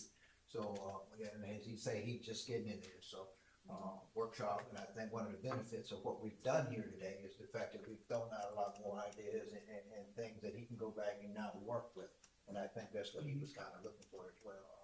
He was kind of looking for from us some guidance and what our expectation was as well. So I can sit here and entertain. I don't mind entertaining someone to manage the field. If we put all this into it, this funding into it to bring it up to where we wanted it, why don't we have somebody? Because it is a lot. I'm gonna be honest with you. We don't have the manpower to sit there and maintain this thing on a daily basis, because it will be a lot of work to maintain, especially if we end up keeping real turf out there. you know, so. Yeah, if it's real turf. Real turf, I mean, you know, I mean, and going back to Mr. Baines, yeah, and then regular fields and all that, they have, ground maintenance crews that's out there 24/7, you know, and everything, maintain stuff, and I know we can't have that here. So, yeah, entertaining having somebody to maintain the course would be great. If we wanna do that, it can be big one. And it can be economic impact, cause all the different people coming into the city, how much economic gonna come off that, so, yeah. I mean, the only thing that, you know, the point about outsourcing it is then who controls who can play there? You know, that company or the city, then we relinquish our rights. Not necessarily, I mean, it's subject to whatever you come up with in the agreement, you know, we've So then done we could do that. things where we share facilities, subject to city events, I mean, there's options. We write the contract and designate all that in the contract. So, I mean, that would probably be the best way to go. This way, we eliminate our, you know, control of it, but then, you know, you're outsourcing it to somebody else. And then what happens in the event of that they're not, you know, that they're like the bleachers are broke, you know, then what recourse, I guess we could put stipulations in each of those. Like I say, we don't release our responsibility and our control of it in our contract, we still But I mean, is maintain. that something that we have to do another workshop on, or we can't, obviously can't vote on anything like that now? Maybe that can come at the next meeting and just say, this is what we wanna do to get the ball. I mean, we keep on, you know, let's put this off another time, why don't we make a decision? Obviously, we can't make that decision now, we can't do a vote now, but maybe we can put that in and have discussion on, do we wanna outsource it to get it done as rapidly as possible? This way, you know, I don't know, you know, do you have to put a, I have maybe a radical idea on what's that? is, given what we heard with the APA and where we're at in the comp plan, how do we feel about, so if we do a formal committee, they're subject to sunshine and they have to have formal meetings, and it can, as we've all experienced, it can restrict the beauty of the interaction amongst the group. However, the nice thing about a formal committee is that there is formality to it. What if we were to form a Parks and Rec committee, a community committee, to help us work through kind of a lot of these issues? We've got trails, we've talked about, we've got different facilities, and if that committee could take on, we could say, look, we definitely want you to address Bishop Field, but then everything related to what we saw today, and bring us back some recommendations, which may or may not require another workshop, but at least a committee. I mean, a lot of the people in this room today and other people who weren't present today have extraordinary experience in sports and facilities. Exactly. And so we've got so many people in the community that, how do we want to say, hey, let's do a committee for Bishop Field alone, which I would support, or do we want to consider an overall kind of recreation and trails committee or something? Yeah. Is that what you were Yes, arts and rec. Having a city parks, arts and rec board, I think we are beyond probably time for something like that. Because I think that there are experts that are very passionate, and also very knowledgeable, about these subjects, that they can work at that level, at that minutiae level, that we don't necessarily always have that expertise. And they are able to formulate the actual presentation to come to the council level and be able to then approve and that recommendation that's being made, just like any other resolution or proposal. I think that's a great idea, not just for Bishop, but I know if we do this through the formal process, call it a board or commission, I think there's some charter things associated with that. I think our charter does allow for us to do a work group or ad hoc. I don't know the language that's in there. The city attorney's shaking his head a little bit, but I think we have some ability. Maybe that's the out we go to move this forward right now, but then also look at how do we do the logistics to formalize something for the long term. Because then whatever let's assume Mr. Santiago, let's assume first of all, do you like what you're hearing as a citizen? I do. It's a step forward. Okay, so let's assume Mr. Santiago is on the committee representing baseball, for example, and he gets with a group and brings it to the Parks Board and makes a proposal. Well, all those people, presuming you've got soccer pros and wakeboarding pros and all these different pros, and they go, well, yeah, that sounds great. That makes a lot of sense. I don't want to manage that, or I don't know, we can't do that. Like now we're getting other people who have similar experience who can analyze before it comes to us. Can I make a suggestion? Yes. So, if we keep, rather than do a large Parks and Rec commission, because I've dealt with them before, and they stay on there for years and years. And what invariably happens, and I'm sorry to say, is people on the commission are, you get 5 or 7 people on a board, and they have their own agendas. And so they wind up hurting as much as they harm. So if you could keep it to a simple ad hoc, okay, we have a committee for Bishop Field. The people who are passionate about Bishop Field, they have that meeting. We have a group that's passionate about Park Powell, what goes on, what that park looks like. We have a group that's passionate about what's going on in the Arts and Recreation Center. Like Hiawatha. Hiawatha, yes. But just keep it to a specific subject, the people who are specifically interested and knowledgeable in those subjects.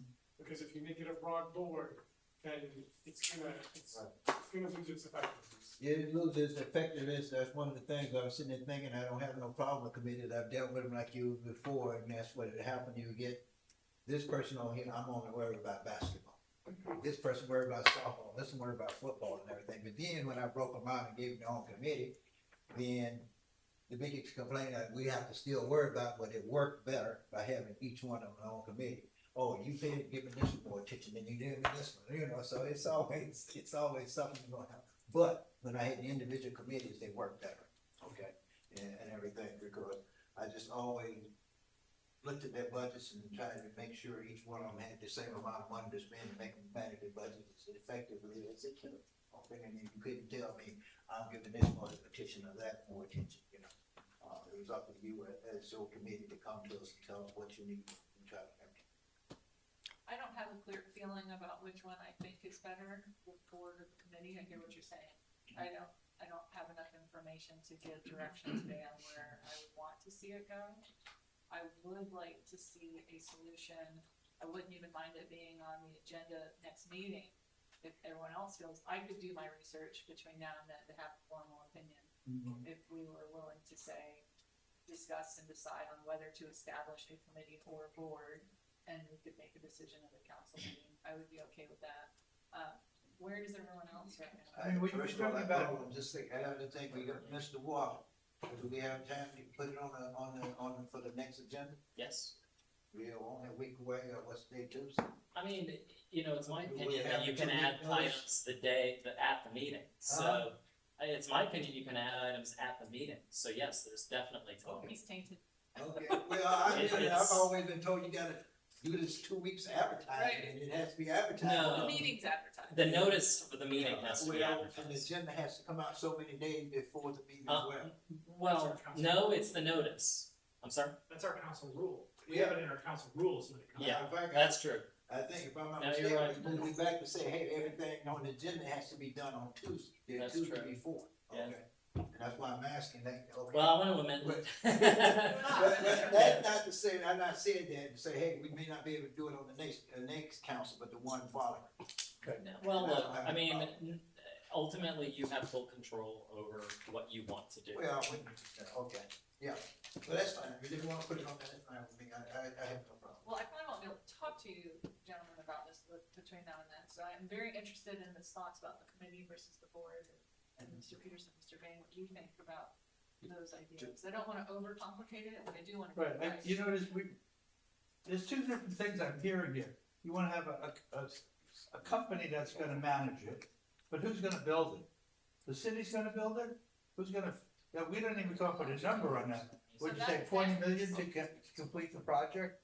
So I mean- let me be clear. What I'm looking for is, for certain, it sounds like we're comfortable with at least a group of people who are baseball experts Right. to make a recommendation to us for what it should look Yeah, like. yeah, absolutely. And how it could be managed. And if they say we're willing to manage it and we want it to be natural turf, Right. I would be okay with that if they're willing to manage it. And there's probably some financial connection, and that's fine. Those are details. Sure. But first, the question is, how do we get the people, do we say there is a committee for Bishop Field alone, or do we say, actually, we're talking about this big overarching plan for the city, is it appropriate for us to have a Parks and Rec committee of which Bishop Field is just, or board, of which Bishop Field is just the first project that they're working on?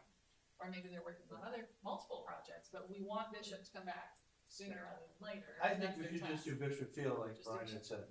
And One then, at a time. and then, yeah, and just one, and then if it doesn't work, then you can dissolve it. Yeah. You're gonna know, if it gets into chaos, then, but if it comes out, wow, these people are coming up with great ideas, I never even thought of that, I'll tell you, I don't know if it's a wrinkle or not, but the committee idea that you're talking about would be subject to the sunshine. And that's, I expect, I think at this point, I think we're far enough along that it needs that one out. Before, and I want to start to go ahead and get about this, because I think we do this now, but Mr. Watt, he wasn't in here earlier, but he was talking about the ADA. Oh. And I know, state law, basically, if you don't renovate a building, and it's not ADA standards, if you don't renovate it, certain renovations, you don't have to apply to ADA. I don't know exactly. You mean, is it, if you haven't actually maintained it, or? Right, well, if it was, like, for example, this facility was built pre-ADA, okay? Yeah, So but- it doesn't meet ADA standard. Now, my question is, how much can we do before we have to meet ADA standards? For example, I got a problem with the bowling center right now, I get all these complaints out of the bowling center. And they say, hey, they complaining, and they went to everybody, I think they've been to Mr. Van Wagner, and trying to make us, have to meet ADA standards, but we keep telling them, we don't have to, because it was built and fell with 1989, and they have never renovated the building, so they don't have to meet ADA standards. So, my question on this, when we start renovating, how much, what can we do? I'll tell I know you. the batting cages and all that wouldn't play in the park, but it's more or less the grandstands and everything that's. I'm not aware of an exemption for this park, for the ADA. So anything we do? Is that your legal opinion? Yeah, I always want a caveat, but When I asked 2 mean, weeks ago, I only answered it, so I think. yeah. So, I mentioned this thing, he was talking about trying to avoid ADA and everything, because that can be costly. They're very Oh, it costly, is, but- But, that's why I was saying, how much can we do without, having to meet that threshold? I'm just gonna say, I feel uncomfortable I feel like we're looking for a way to not comply, to make the city facility accessible, and I have to admit, I don't like the way that makes me feel, and I don't like hearing that. Well, let me clarify for you what happened, because well- I agree with you, I don't like it either. Yeah, I just, It happened when I said, can we preserve this building? yeah, And it was, well, we have to, when we tear it down, we have to build it in compliance with ADA. So my question was, what is considered tearing it down? yeah. I don't have the answer, so Right. now we're going No. down the rabbit hole that Yeah. I did not mean to trigger. No, So let me start. Yeah, and I think it's It leads legit to to where ask a question just for information. Right. Totally, totally. But I think that where we've gone with it is maybe this direction of I don't like how the do way we it's being avoid, framed. how do we avoid it, and that really worries me. Yes. And I think we're not being inclusive of our community when we talk about it in that way. So I think we just have to think about how we're saying that and how we're addressing it. But Ms. Strange, you asked about my opinion on committee or commission, and I think that there will always be, and notwithstanding the fact that it can be, but there will always be the argument that boards and commissions either slow down things or they're agenda driven. But I'm of the philosophy that 5 city council members aren't experts on everything, and I'll keep saying, you'll hear me say, Clermont's maturing city. Not just about growth, it's about maturing, and we have just bigger things that we're tackling with our age and with our growth and with our needs and wants and desires. With that comes the need to involve as many people as possible in that process up front, so that we get good feedback and perspective before it comes to the ultimate decision making, which for our city is the city council. And so I will always err on the side of planning and zoning, or a code enforcement, or a parks and rec, a transportation, historic preservation. I've got a list of 11 different ones that could be at some point some communities utilize.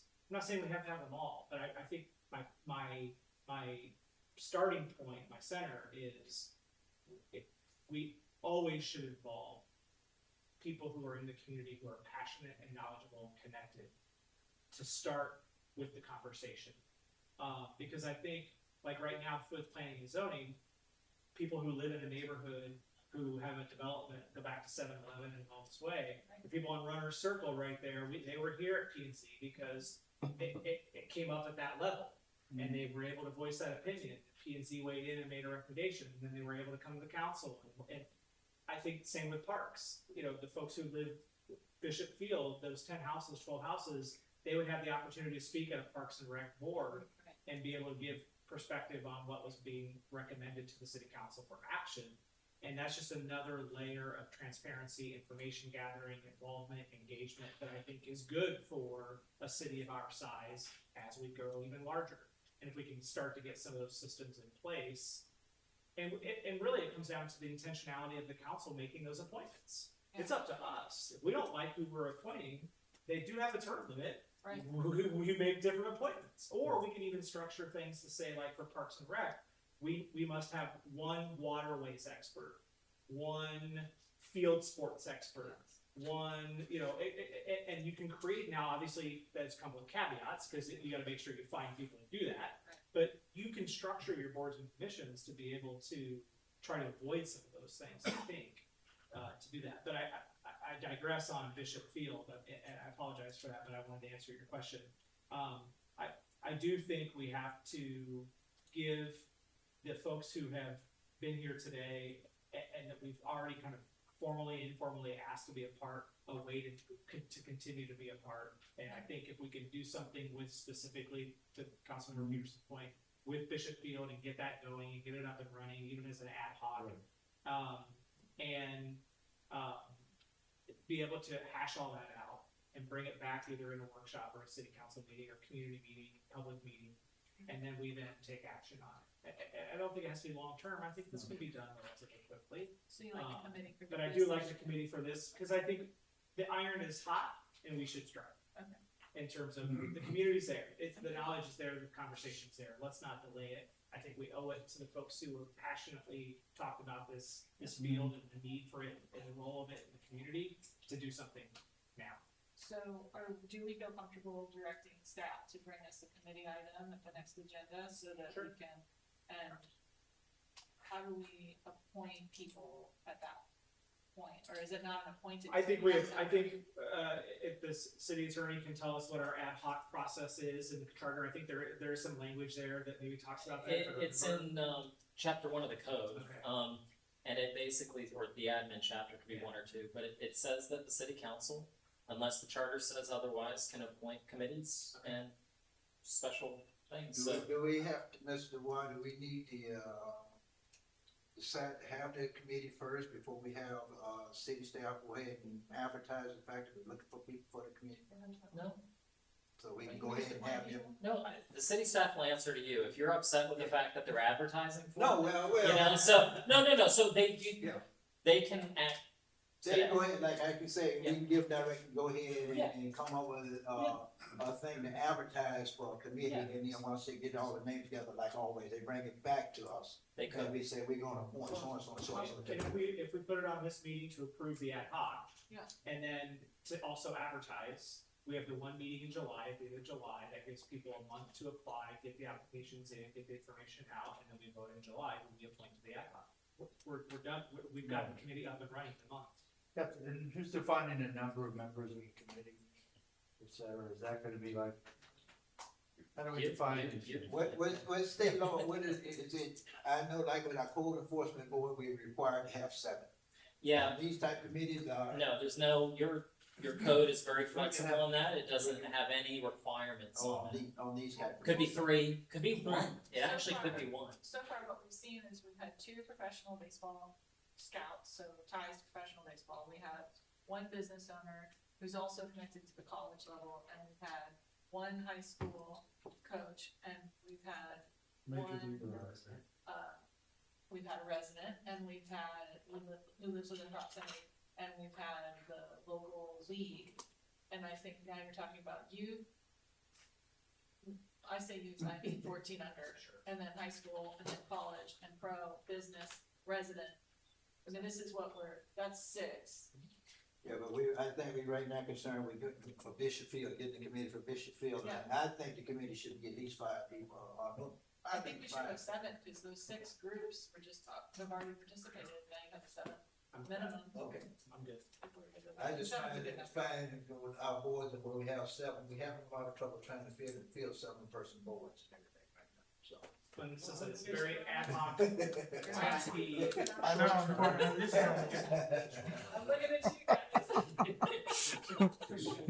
Christian, if it's a 7-person committee, but only 6 people apply, that's fine.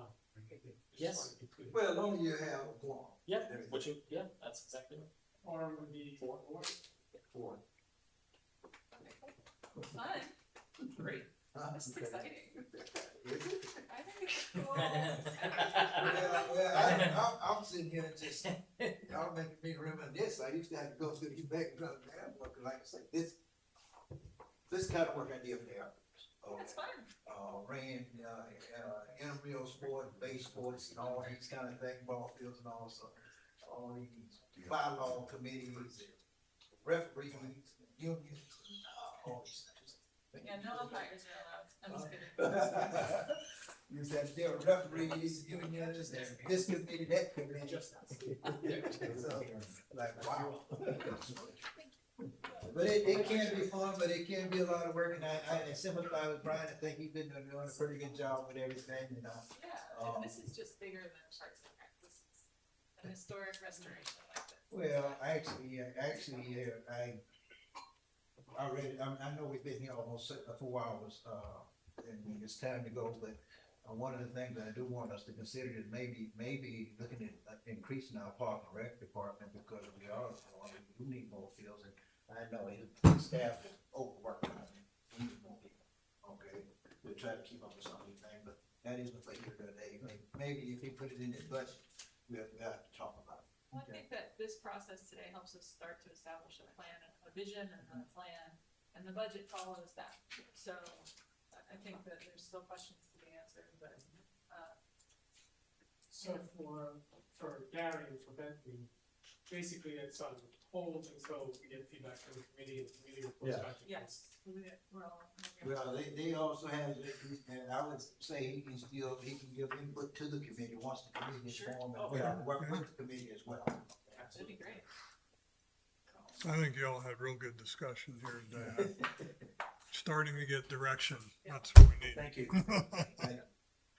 Thank you. Well, are we done with baseball? Well, we had other on here, anything other than, I just mentioned other for me was trying to look at increasing recreation department, manpower, so.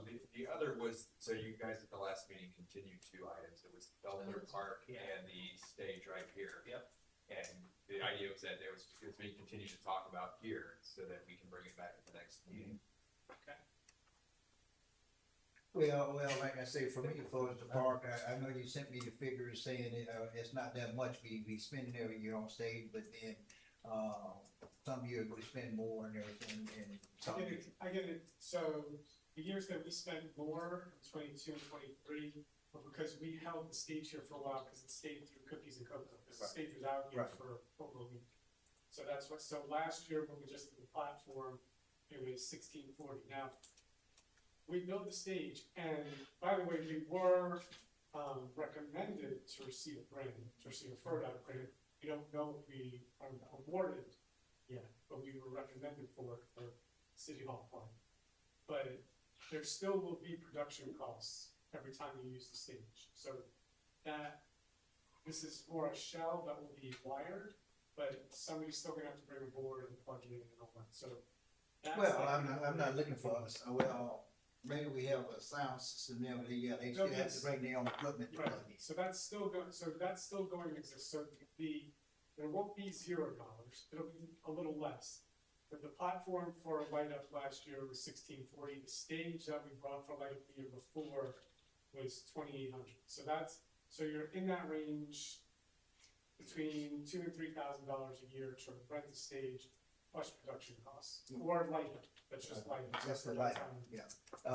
Well, the stage, one of the things that, cause I was up on that stage and I had trouble trying to move around and stuff. Yeah, It was yeah, very, it's fine. very small, but I mean, I was very afraid of people falling off because it was very small. And I think part of the intention of the stage too is, with the food trucks that Main Street has and farmers markets, and then they have somebody who could set up as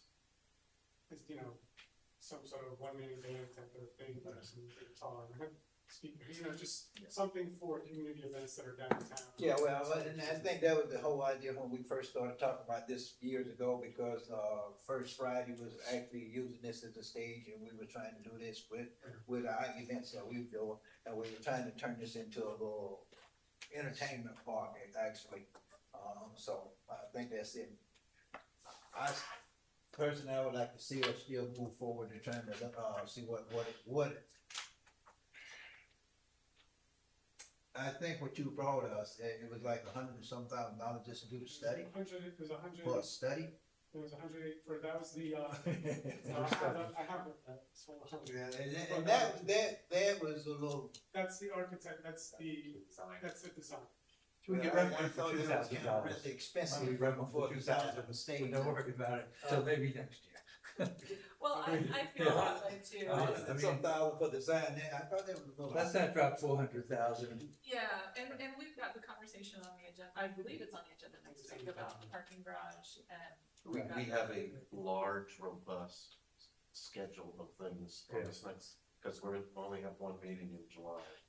So I guess it's DPC's proposed that we do a garage that should be, they recommend City Hall. Right. And then we've got the question of 7th Street, and I think we need to make that decision, and that decision, if City Hall is chosen, then the stage might interfere with that, and so, I tend to think I'm probably not gonna be willing to move forward with the stage right now, given that it was spend 10,000 getting a nicer stage, you know what I'm saying? Yeah. It's better than And you won't spending fall off.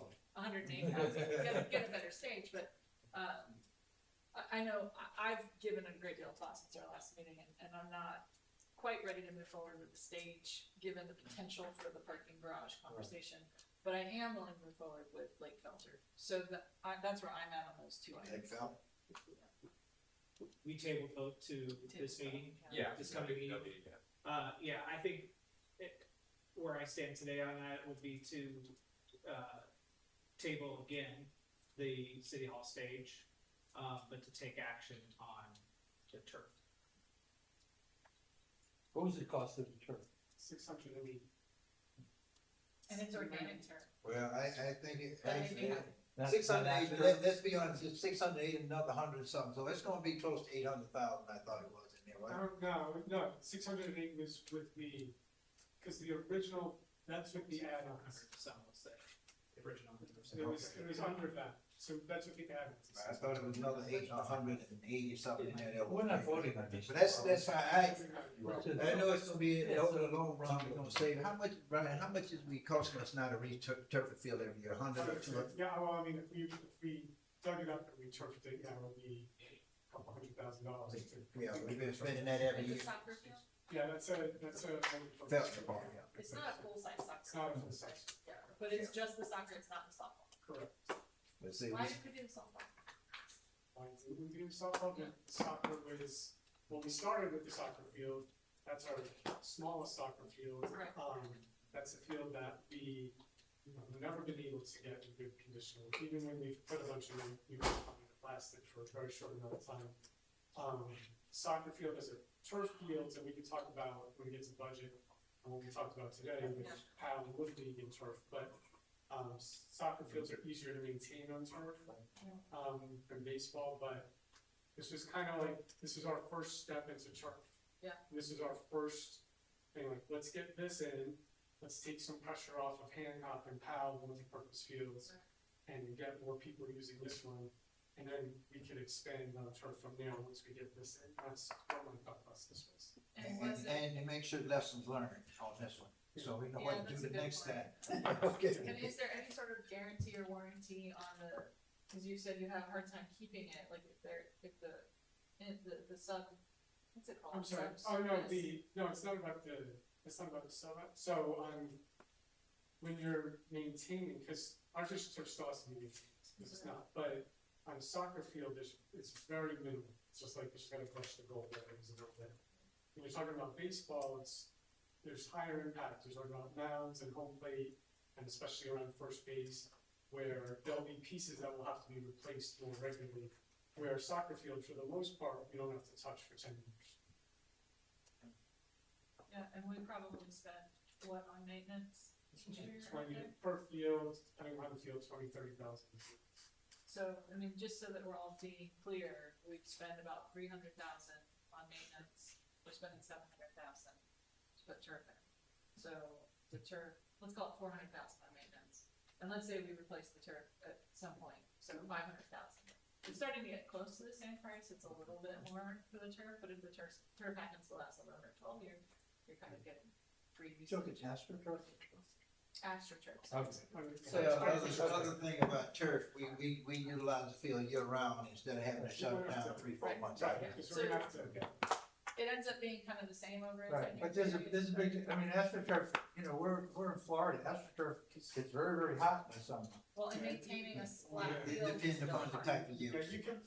Yeah, we can play on artificial turf 365 days for 10 years on the soccer. This gentleman, So he had that's a comment.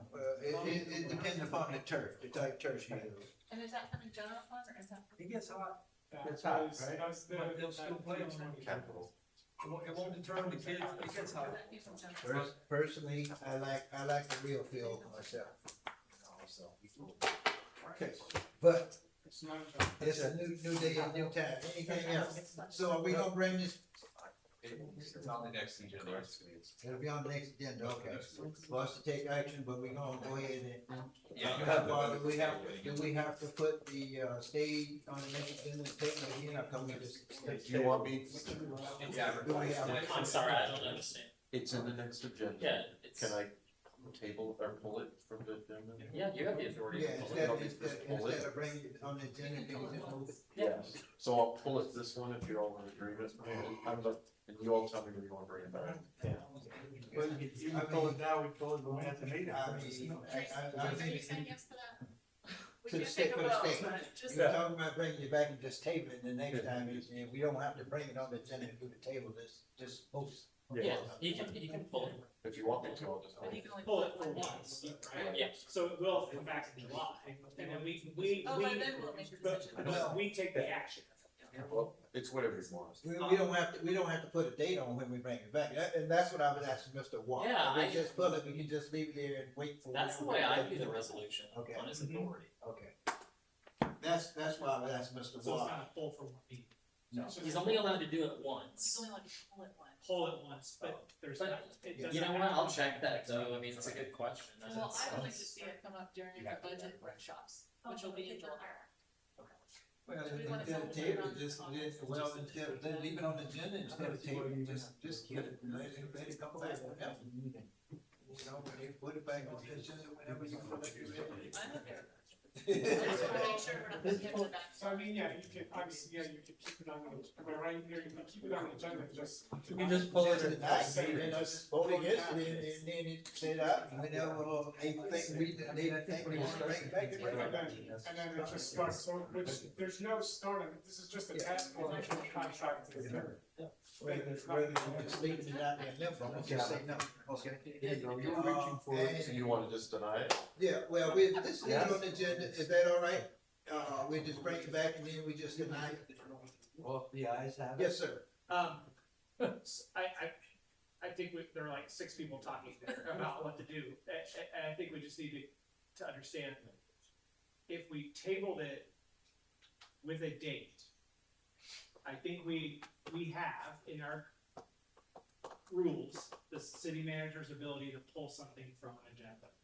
it sounds like we may have thought it was only for one meeting that he could do that, but it's one time. Is that? That's my understanding. I mean, so I'll check it. Okay. Worst comes to worst. I was gonna say, worst come worst, we leave it on the agenda, and we just table it at that, we just all understand that we're not gonna probably, and let the public know, we're not gonna take any action, the intent is not to take action, the intent is to have it on the agenda, to table it again. Right. And we'll just put a different date out there. That way you're not in a jackpot, because I do think it's important for our downtown community and our community at large to understand that it's not just being shelved, it's just, we're not gonna take action yet, until we have some other things in place, and I think we owe it to them, getting that. So maybe like a motion to postpone indefinitely. I mean, Either postpone indefinitely or. My thing is, indefinitely, why don't we just, vote on it, kill it, and keep it, we keep it. No, just vote no. Just vote no, and kill it, you know, and, move on.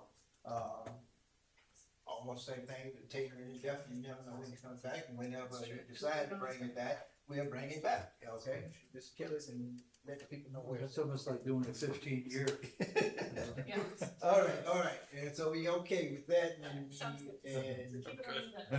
and I guess I forgot those items. Lake filter. Lake filter is okay, we'll bring this back, and we'll keep it, and we'll see where we go from there, okay? Anything else? Mr. Matz? No, sir. I've enjoyed the last 4 hours. Well, it's been a fun 4 hours, you're right and everything. If there's nothing else, meeting adjourned.